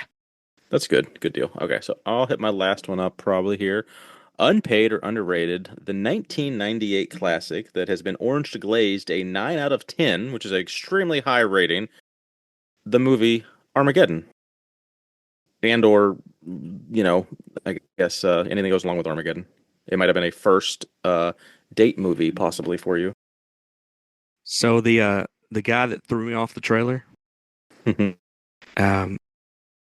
first date, first drive-in. Sorry, I misinterpreted that. his first drive-in experience was also my first drive-in experience. And Brent and I, when we got to the drive-in, there were two options. I don't remember what the other one was, but we decided as high school bros that we would watch Armageddon, which is about as sappy as How to Lose 10 Things in eight guys or whatever it was. It's a good movie. You were like 6, 7 years older. You watched it as a 17, 18-year-old. I watched it as a 12-year-old. As a 12-year-old, it was freaking awesome.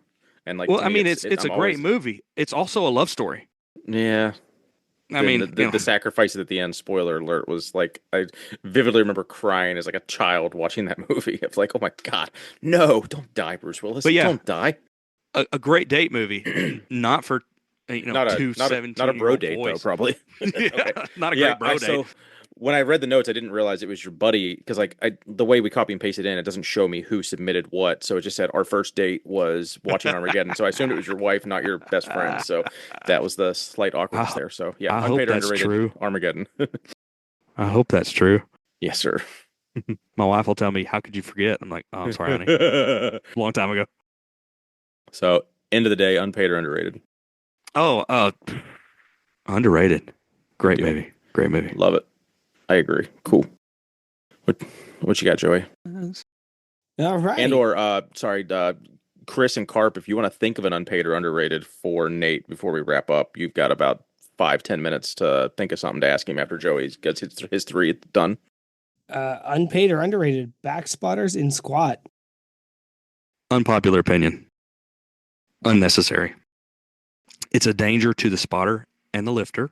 Mm-hmm. If you spot the weights or if you use mechanical spotters and you fail the squat appropriately, which is forward, slowly, you shouldn't have put something on your bar that you couldn't have handled. Now, if you get down in the hole and you can't get quite out of the hole, well, the spotters are there to catch you, the mechanical spotters, and or the people spotting the weights. Because if you dump a spot on a person, this is hearkening back to a couple weeks ago.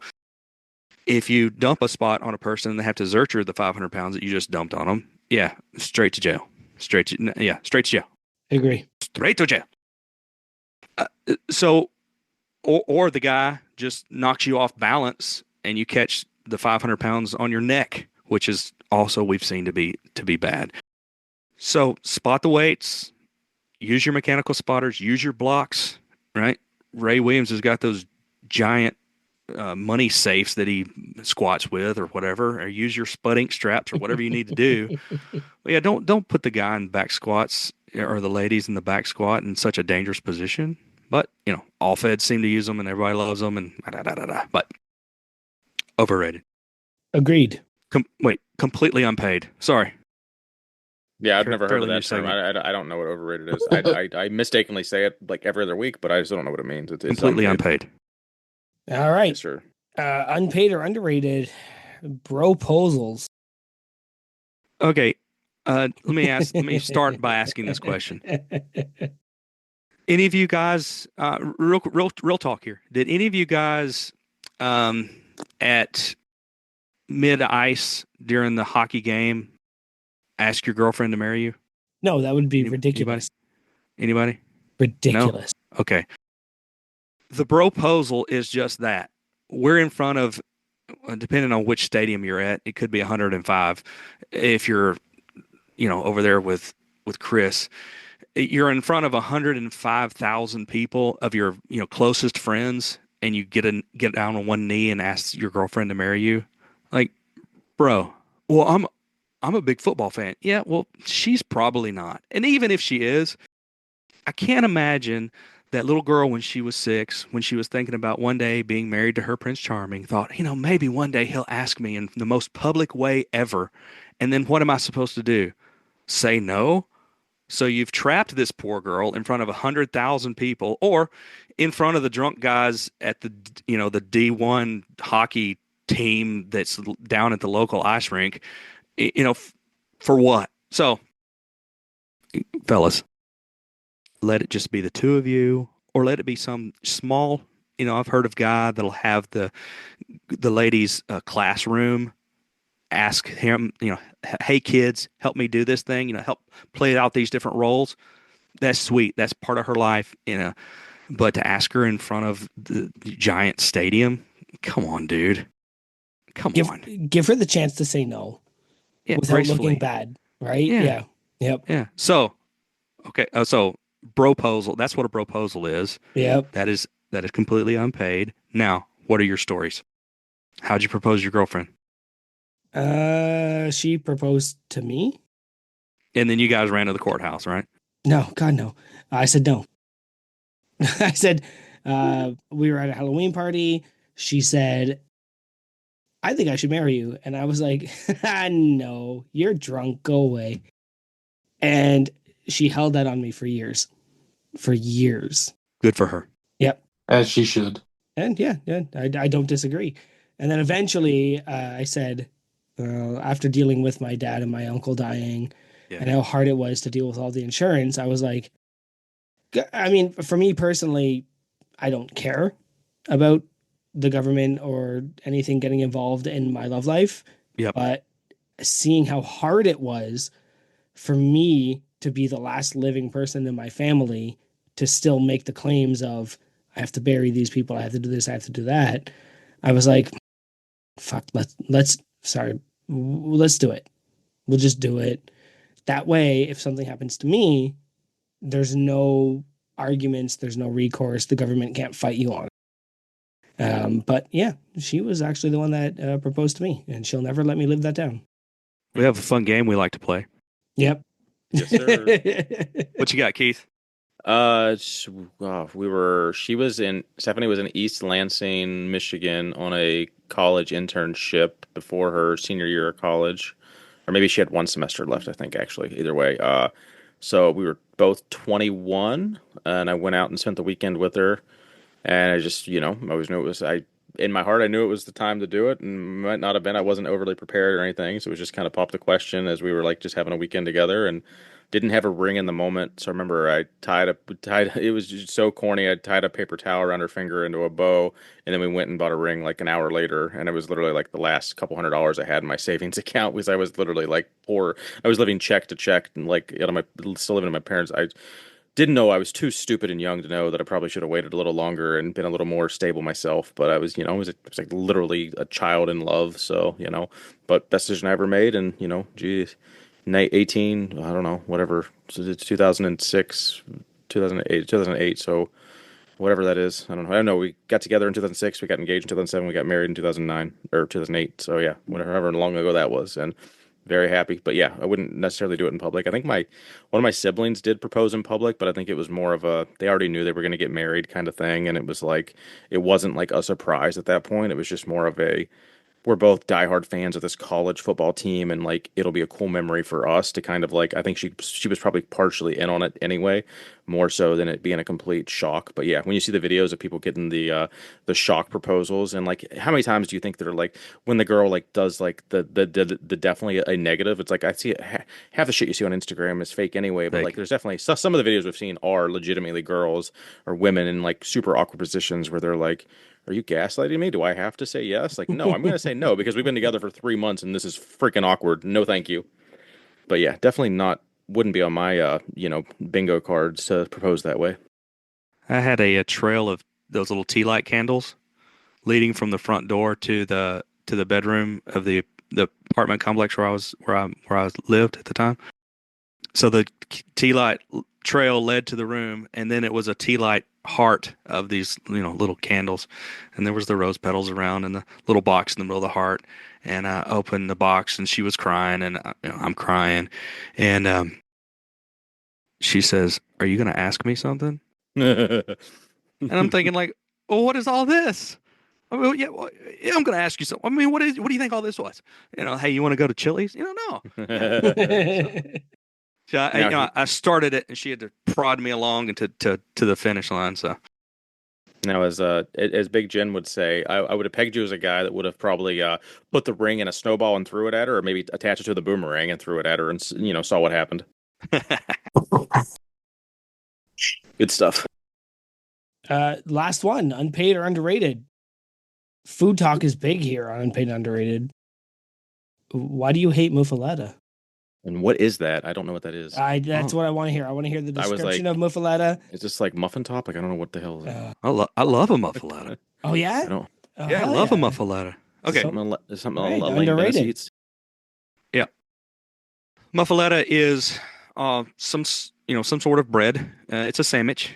So you got your bread and you got your ham. I think is the predominant meat in the muffaletta, a good salt cured ham with some Swiss cheese, and then on the top is a what's it called? The olives and onion, and it's pickled. What's that called? It's essentially a relish. Yeah. Yeah, it's a relish made of different materials. Yeah, I can't think of what it's called. There's a place here in Memphis that makes a fantastic muffaletta. It's a little Italian pizza place, but they great muffaletta. Jardiniere? Is that what it's called? Jardiniere? The stuff that you put on top? Anyway. All I heard is a ham sandwich is all I can picture. I'm very confused. It's fantastic. Now you're not painting a picture for me that I understand. There's supposed to be a famous one in Louisiana, and we were down there not too long in New Orleans. We were down there not too long ago in October of last year. Their bread is a lot spongier I didn't like it quite as well as the one here in Memphis, but yeah, it's a great oily ham sandwich. It's fantastic. Okay. Muffaletta. You should Well, hopefully try there's one one. in my box. So, my last box. I'm really hoping that's what's in there. Yeah. No. All right. It's not. Chris or Carp, do you have anything you want to hit him with that sorry to put you on the spot, but if you have anything for him, hit him up with a unpaid or underrated for Big Nate. I would say unpaid or underrated pants belts. Pants belts, especially dress pants belts from an East Tennessee Leathier, Yeah. are the most fantastic belts on the planet. Completely underrated. Everyone should have 3. You own one of Hand those? burnished or no? Oh, hand burnished by the arthritic hands of a grandmother. Well, Carp just stole Top mine. tier. So. Top tier. So- Oh no. We'll take it. Well, we'll give Big Chris credit for that one then. Don't buy Chris's belts. No, that was Don't buy perfect. Chris's dress belts. He Please farts We in all the know box. Chris hates making dress belts, but do you I do. actually own one of his dress belts, or is this? I do. Okay. Well, why didn't Oh, you yeah. when we He- busted he your made me balls make for it the last myself. 3 hours about? Okay. I Yeah, mean, he made so that one I himself. I rescind like 12% of my critique towards you for not owning a unpaid a belt fed belt, because technically you own a belt fed belt. It's just one you wear on your pants, not on your waist or your I've got belly button. I've got a dress belt that he made me make myself. I've got Nice. a blue jeans belt, work belt that he made me make myself, and I have straps for lifting straps that he made me Okay. make myself. Well, that No makes it lifting like belt. significantly better that you actually support your friends. Code unpaid. Good deal. Or don't use code unpaid, because Chris has got bills to pay too. So really, if Yeah, they're piling up. the real friends you make along the Yeah, way don't are use- when you don't don't use use your code discount unpaid. codes on your friends, companies. It's all about family. All right. Well, And that putting them to wraps. work. Birthday to Soldier Boy Toe. All right, last box. Am I up? This is the box marked Or where unique. you? Yeah, do you want to go? So the last one, I figured out it's a company called Goodies. I think they're Goodies. made by the Wonka company up here. Like that's the umbrella they come in. So yeah, Nice. Good. I had to give the licorice box. candies. I had to give the box to Morgan because I was like, I'm gonna keep eating these. Can you take these away, please? So what's the next one? The I am unique open. box, the last box. All right, Keith's has a story. I'm opening it up. All right, Keith is opening his. My daughter for Christmas this year got a Very good. scented candle. That scented candle was pepperoni pizza. It was horrible, and so that gave me the sounds idea. awful. That gave me the idea. Keith needs a candle that is chicken parm flavored smelled. Stop Guess it. what you can't find? Chicken Yeah, I don't parm think that's- candle. So here's the train of thought. I can't find chicken box. parm candle. Perhaps I can find cat urine scented candle. Oh right? no, Oh, awesome. better not. Couldn't find that either. Now you could Thank find you. the candle. You could find the candle that when it melted, it left a cat skeleton, and I didn't think that would be real nice. No, I either. don't think he'd like that at all. I didn't think he would like that, so I didn't go. But then I found some cat-themed socks. Joey you. has his fun socks. Now Keith has his fun socks from Crew. Nice. Keith, do you have them open enough to know what they say? Oh, okay. So they are everyone. It's a lot of contention that Big Keith likes is his daily driver socks. Oh, hold on. Okay, so it They're says black socks, Yeah. and they have white sticky Yeah. writing on the bottom, so you don't lose your grip I when can't you walk get around up the right house. now because the cat is on my lap. For a What do minute they there, I say? thought it says one specific one says I can't get up right now, and the other one says the cat is on my lap. I dig it. That could also be double entendre. But moving on. I thought it was going to be a left and right themed sock because it did say right on one of them, and I was like, oh, is this even like a deeper level? But then when I went and can looked at it, I was choose. like, oh, it doesn't say left on it anywhere. So Yeah, but the right one could be on the right foot. Yeah, every I time. will probably honestly historically have to wear that. Good deal. Thank you, Nate. Appreciate All it. right, this summer I found out about something unique, a little bit of psychological warfare, if you will. Joey, if you would please introduce us to your gift and tell us why your wife hates me. Actually, my kid also is very pissed about this. So you sent me the thing that she would not buy me for Christmas. Yes. You sent me an Aztec death whistle. What's a Aztec death whistle, you might ask? Geez, I wish I could explain it. It is it's here. And this thing is terrifying. It essentially is the sound of somebody dying. And I blow it all the time just to mess with the whole family. How would this have been used? I don't know. I know that the instructions that came with the box said sneak up on your friends and stay away from them when you blow it because it's so loud. And I had actually put this on my Christmas list thinking, she's not going to buy this. And she said, no, I'm not going to buy that because it essentially triggers the same like brain waves as dying. And so just imagine you are in the jungles wherever the Aztecs lived, and you are fighting with a competing clan. I guess what you call, I don't mean any offense, but that's what army, a Best we fellow got. army. Yeah. Someone is coming after you. You know that somebody is coming after you with some ruthless hand-to-hand combat or maybe some ritual sacrifice. And night is falling. You know, war is at hand, and you hear this blood-curdling scream of a female in your ears. Not one, but hundreds and thousands of them just coming to attack you, and the psychological part of the warfare that it would have on you is what my understanding of the Aztec whistle is. So I will do a bit of a blow into the microphone. I don't know if Zoom will allow it, and it'll wake up the whole family. But yeah, it's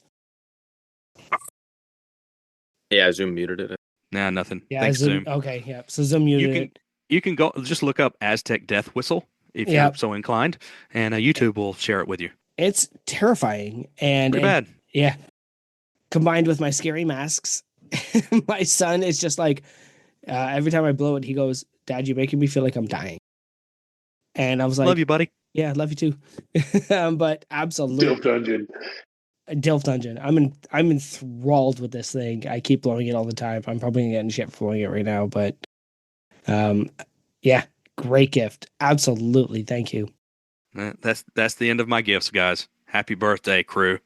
Thank you, sir. Appreciate that. Yeah, happy birthday to you, I guess. Happy birthday to you. Soldier Boy Toe. So we're pushing 2 hours here. Do you have a game? I do. Okay. I put some time into it. You guys want to play? Hell yeah. Sure. All right, we had Big Math earlier. Now we're having Big Map. Big Map. And this is... study. I don't know exactly what to call this. I don't know if we should call this facilitating support for certified facilities. Has sort of a terrible ring to it. Or supporting our supporting members. I don't know which one of those might be better than the other. But these are observations that I've made from the certified training facilities map that has been posted on the Massonomics.com website. So if you're traveling somewhere out of town and you want to see if there's a certified training facility nearby and they receive crew members as guests, then go check it out at Massonomics.com. Here are some observations. All right, this one is for Keith. Keith, yes, sir. Which of these gyms are the farthest north according to the lines of latitude? All right. So according to these, Joey, actually, Keith, this is your question. Joey, I have first a trivia question for you. What is the smallest, farthest north, most remote, coldest, so that's smallest, farthest north, most remote, coldest, and newest capital city in Canada? Well, it's not Iqaluit. It is Iqaluit. Yeah, it is. It is Iqaluit. Iqaluit Nunavut, everybody. Yep. So Big Max has the shed in Iqaluit Nunavut. Big Kim has Frozen Strong out in Eagle River, Alaska. Isn't that right, Carp? Big Matt has Home Gym 2.0 Electric Boogaloo in Houghton, Netherlands. So, Keith, which of those is the farthest north? Big Max, Big Kim, or Oh, Big God. Matt? I need to look at it. No, you don't. I never look. really. No, I know. I'm just trying to like play it out, and I'm trying to druthers my head here. Like, I know Who Alaska's could be north the as farthest shit, north? but It also is. that one in Canada is extremely north. Oh, and then there's where the fuck is Netherlands Where too. the heck is the Netherlands? I don't even know. Somewhere on the other flat side of the globe. I literally don't even know what continent the Netherlands is in. Like, I like no clue. It's got to be Europe. So I don't. Other than that, I don't know. It's got to be the northern Canadian one. It Max. is Big Max's The Shed in Basically in Nunavut. Antarctica, almost, isn't it? I don't know, Joey. Yeah, it's pretty close to Antarctica. Yeah. So there are no roads into Iqaluit. Oh wow! Did I say that right? I think I said it right the first time. Iqaluit. Iqaluit. There are no roads in. You have to fly in. Big fan All of right. economics there, I hear. Joey. Yep. What is the farthest south according to latitude? Big Mason's Bananas Barbell Club in Cape Coral, Florida. Big Zach Rock Pile in Honolulu, Hawaii. Big Mark's Bayou Barbell in Fort Lauderdale, Florida. Or Big Nick's Powerhouse Lab in Kennedy, Texas. Texas. Which is the farthest south? Big Gotta Mason, Big Zach, Big Mark, or Big Nick? It's got to be Texas. Got to be Texas, except it's the nicest certified training facility to visit in Honolulu, Hawaii. Nice. Oh, okay. The farthest south current CTF is in the Rock Pile. Go see Big Zach. Interesting. Crew is welcome. So the first certified training facility across the pond is Big Bear Rome's Shed of Iron and Heavy Metal in Roldover, Denmark. And Big Adams shares the same line of latitude with him at Santa's workshop in Gillum, Manitoba. That is line 55 and 56. All of that was for the joke that I screwed up. All right, Joey. All right, Joey, let's play Whose Line Is It Anyway? Okay. You share a line of longitude with some other gyms. So whose line is it anyway? Big Joey's has the Dilf Dungeon in Hamilton, Ontario, and that is on the line of longitude 79.93 degrees. Big Travis. So what would be the next line down, or following the line of longitude that you're on? Who do we go to next? We go to Big Travis at the Lift Hard Strength Club in, get this, Keith. I know this one. Preston County, Kingwood specifically, West Virginia. Big Travis and Big Stewart. Big Travis the, on 7. Oh, was I wrong? No, you're right. Go ahead. Of the, the Lift Hard Strength Club, right? Lift Hard Strength Club. Yes. On 79.73 degrees. Nice. And then that's like the main highway through. Oh, how about that? Coincidence? Then we have Big Seth. Anyone? Big Seth? Not familiar. Off the top Big of my Seth head. is at the Meat Locker in Pinehurst, North Carolina. Whose line is it anyway, Joey? Yours, Big Travis's, or Big Seth's? It's the friends we make along the way. It's the friends we make. What's the question here? Like, is it big? The question you share is, you share the same line of longitude. Okay. That's all. Oh, that's pretty cool. You just share it. You know. That is like, I wouldn't have like pegged him for, well, yeah, Big Jen. So if you leave your house, Joey, North Carolina, and where Joey is, and I just drive south. If you leave your house and you fly on the wings of a Canadian goose straight down the longitudinal line, you're going to hit those two gyms. All right. Goose or hawk? I guess that makes it, yeah, because New York must be a lot farther. Whichever one is the most silly. Yeah, and New York is the biggest state. Shut up. It's not funny anymore. Says you. Except his next segment is going to be like everything about how big New York is and pick on me. All right, here's the good news. This is the last one. Either way. If you get into your Wayback Machine circa 1959, the American flag has only 48 stars, and the center of the U.S. was in anyone? Center of the contiguous U.S.? Did I say that word right? Anyway, the center? Sure. Kansas. So the center of the 48, the lower 48, is Kansas, specifically Lebanon, Kansas, a mere 200 miles away from Big Matt's International House of Power in Topeka, Kansas. Now, after 1959 of January, when America conquered Alaska and Hawaii, or whatever we did. Bought, stole. Yeah, and I'm pretty sure we bought them. Who wants Alaska anyway? Yeah, I do. just rich with oil. Anyway, the geographic center of America moved because you added those two faraway states. Where did it move to? Riveting big map talk. Where did it move to? Had to be at least 2 or 3 states over. So whatever 2 states over from that is, I don't know. Over and up. Midwest. Iowa? Midwest, correct, Carp. Ding, ding, ding, ding, ding. It moved to Western, Southwest, South Dakota. Oh, nice. Specifically, Belle Fourche, South Dakota. Hey, Iowa's a good guess. Which is only a short, less than 1 hour trip away from Big Kris at Kris's Gym, LLC, doing business as The Bar in Rapid City, South Dakota. Big shout out to Rapid City, South Dakota, and just BT dubs. I mean, I know Tanner calls it the way he calls it, the way we told him to put it in, and we're not big grammar as well as big map and big math. But on the website, Kris's, which is, showing ownership of Kris. Oh, it's Kris apostrophe S. Personal, whatever. Which it should just be Kris apostrophe. But what do I know? I was taught English in Alabama. So, Plural possessives. yeah, that. Good old plural possessives. But in this big map, of course, is not big English. All right, that was my game. Nice. As we pick on Tanner one more time, real quick, I saw a Texas Power Bar infomercial, essentially like a targeted ad, and it was the guy was like a gym owner that had a bunch of Texas Power Bars, and he said Cerakote like 3 times, and every time he said it, he said Cerakote properly. And I wanted to clip it and send it to Tanner just to be like, say it this way, damn it. That's all. So, what other podcast do you guys consume that's not fitness related? I do or political or religious.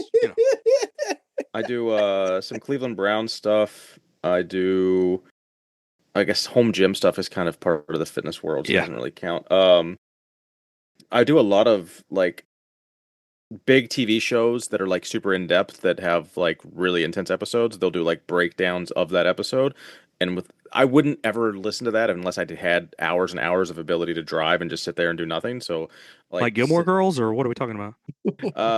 Like Silo and Severance and Game of Thrones, like stuff that's like huge, massive worlds, and it's like, gotcha. Like I will just listen to people like basically break down the episode and like explain stuff. So I probably listen to that too much. I do. There's a couple of ones where they like will review 80s movies and like kind of give you their feedback on it. It's just like, dudes. It's actually really funny. It's the one I think I might have talked about before. It's Shat the Movies. So then they'll talk about a movie for an hour and then they'll rate it at the end. And the rating is a 0 to a 5 scale. With how many times you have to wipe your ass to get the shit off of it. And if you have to wipe it 5 times, it's the worst movie ever. And if you have to wipe it 0 times, it's the best movie ever. So then that it's just a really funny rating scale of wiping poop off of your butt of how good or bad the movie was. I should probably listen to more stuff that's actually educational or something, but I don't. Whatever. Like I go to work. That sounds pretty educational to me. I don't really. Yeah. I mean, I like what I like, and it's like TV and movies and lifting and home gym stuff. So like those are the podcasts that I listen to in depth. Joy? I don't. I literally listen to Massonomics and sometimes Unpaid and Underrated, maybe Norse Fitness. If I had to, there's like 99% Invisible. Everything is Alive, which are actually, I think, the same people, and they're just like educational shit. So, but I don't listen to podcasts outside of Massonomics right now. I need to get through the backlog so I can get my jacket in March. Right. 2 times speed. Yep. 1.5 right now, actually. I know Carp stares out a windshield a lot. Is he still around? I don't know. I was gonna have him do the affiliate reads to bring us out, but let's see if he's. We don't. Carp, mostly just like fitness type stuff or reviews and stuff like that. I do like kind of the Pat McAfee show. It's always live now. Mm-hmm. The one that's not on TV because it has all the menace, the other stuff in it, And then like I like to catch a lot of Two Bears One Cave, like Tom Segura, stuff like that. I think he's pretty funny. He has a lot of ads though, so if you got to power through the ads. Does anyone do the Rich Eisen show? Like I don't watch that, but like I catch a lot of his stuff on my social media where it's like a 90-second clip of like an interview he did, and like I would like watch a lot of that. And then I went to go like I went and looked at the podcast to see if it was like a lot of people, but it seemed like it was mostly him talking sports, and occasionally it was a guest. So like I wouldn't want to like necessarily subscribe to that, but there's definitely like I'm taking for the very small sample size that I've seen. Like I will pretty much watch anytime a Rich Eisen like interview clip shows up in my feed somewhere because it's almost always someone like that I recognize and it's like a unique story. Kris, I anything? listen to a lot of Lex Friedman. Um, it it can get kind of boring, but I'm stuck here tapping on dead animal skin all day long, so I got to have something in the background. That and the Duncan Happen Trussell at Family ass. Hour. Who's that? Duncan Trussell Family Hour. He's a comedian. He's from Asheville, so he's close to here. But he's if you've ever been to Asheville, North Carolina, you know it's a certain type of folks that live there, and it ain't the regular mountain folk we're used to around here. And he's definitely the epitome of Asheville. It's some pretty hilarious stuff. Our company, one of our company employees was at our office today. His office is not our office. He's from Asheville, and he had a sticker on his. And this is just to give you an idea for what Kris is talking about. He has a sticker on his laptop that says "Build Back Weirder." Yep. Mhm. Yep. So That's that's it. no, I'm not making a judgment on my fellow employee, but that just to give you an idea. It's like what Austin, but with a holler or something. Pretty much. I think it's probably a little less. Well, it used to be. I'll give you the first time I ever went to Asheville. I was walking down the sidewalk with Randy, and it wasn't. It wasn't crazy late at night. Probably like 9:30. So you wouldn't expect the level of weirdness to have been ratcheted up to the level that it was in many places. But 8 or 9 o'clock at night on a Saturday in Asheville, there's a guy. This is like 2000, probably two. There's a guy standing in a dress, leaned half up on one hip against the back of a car, just urinating into his dress that's acting as a funnel going down into the gutter, and another gentleman hysterically laughing while eating a sandwich, watching him do it. It's about four or five steps down the road. Another person comes walking along with a sandwich board sign that says "Celebrate your womb," and that was just the first in a cavalcade of weirdness. So that's Asheville's pretty weird. Now, did you get confirmation that the sandwich was a muffaletta? It was pretty large, and as far as I Nice, know, Harkin. muffalettas are usually large sandwiches. So there's a good chance it could have been. Some Nice. kind of relish on there. Yeah, different kind of relish Jardinier. in Asheville. Good stuff. All right, If you are boys. looking for a podcast, I cannot recommend enough a podcast named An Army of Normal Folks. An Army of Normal Folks. It is a guy here in Memphis. He's in North Memphis. He has a lumber company, and he was also the coach for an inner city football team that went undefeated. And the thing that he says is, if you're going over, if you're driving over a part of town, or you're driving by a part of town that you hope you wouldn't get a flat tire in, and you look over and you think somebody ought to do something here. He said you need to reach up and grab that rearview mirror and turn it about 5 degrees towards you and look yourself in the mirror and say, I ought to do something here. And he interviews people who have just found something, found a need in town. One of them that comes to mind is there's most of them, a lot of them are 501c3s or those type of charities. A guy found out from his school that one of the kids at the school was sleeping on a pile of clean clothes. They would sleep on the clothes, wear the clothes, get the clothes washed, sleep on the clothes again. And he said, there's not going to be a kid in my town that doesn't sleep in a bed. And so he made a bed for this kid. And he said, it wasn't that hard. You just go down and get a couple of supplies at the hardware store, and you build a bed for a kid. But that kid had never slept on a bed before.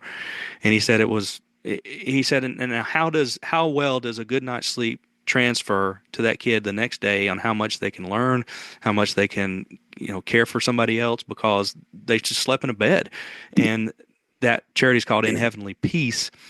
And it's just week after week, story after story of people who just said, I can, the old veteran next door that can't walk outside anymore and mow his grass, I can go mow his grass. And then that leads to him mowing grasses, and not in that town, but every town across the state, one state over and over again. He's done all these things. It's just, it's feel good. Like, it makes you feel good. It makes me cry quite often. And then to me also, and it doesn't have to do this for anybody else, but like you're like, I could give $15 to that. I could give $10 to this. I could give $25 to that. I could go drop off this half gallon of bar oil to that dude's house so he can make his beard look luscious. All these things that we can do, just small little things that any of us can do if we'll just open our eyes and look around and see how we can make just the smallest little change. And he says that he doesn't think, or he knows that fancy people in fancy places saying fancy things about the troubles in our countries aren't going to fix anything. Mm-hmm. It's going to be an army of normal folks that band together and do just a little thing for the person next door to me that's going to make the biggest difference in this country. So, army of normal folks, can't recommend it enough. There you go. Deal. Sounds like my kind of dude. Yep. All right, boys, we ready to bring this one in for a landing? I think we hit on most of the affiliates, but Carp, did you want to touch base on them all real quick in closing, and then we can say where we're from and all that? We got Obsidian Ammonia. That'd be code Lift Bearded or Unpaid. Barbell Rescue, also code Unpaid. Best barbell brushes in the game. Really the only one you should use. Belt Fed Strength, code Unpaid, crew only. Make sure you get yourself a pants belt if you don't have one. Absolutely. Put somebody to work in Asheville. What else are we missing? Home Gym Con. Yeah, Kris. Code Unpaid. Get your tickets for Home Gym Con, Louisville, Kentucky this year. It's going to be fun. I know me and Kris are going to be there. Who else can come? We'd love to see you there. Yep. Kris, tell people why they should come to Home Gym Con. Do you want to go on for another hour? I mean, No. Give me a we 90 could fill seconds it or up. less. 90 seconds or less. 30 seconds. That's even better. You'll die unfulfilled and a withering husk of sadness if you don't come. Nice. There's no better place to meet folks and have a genuine good time. Not get bombarded with just ads and people trying to take money from you. It's actual good folks, good people who are invested in the community, who are involved in the community. It's worth the money. It's worth the time, and plus you get to see me. That's fair. I agree with that. The only ones, Freedom Fitness Equipment. Go use a code Unpaid at Ashton's company, and go buy some apparel from Grant at the Strength Co. So that rounds out the affiliates. Plate Snacks. Plate Snacks as well. Yes, go get your unpaid and underrated banner at Plate Snacks. Code Unpaid. Big Carp, where they gonna find you at, buddy? Coach Carp 76 on Instagram, or Coach Carp's Gym YouTube. That's where you can find me. Kris, where can they buy a belt fed strength belt, and where are they gonna find you at? Beltfedstrength.com and Beltfed Strength on Instagram, Facebook if I ever get on it. It's pretty simple. Big Nate.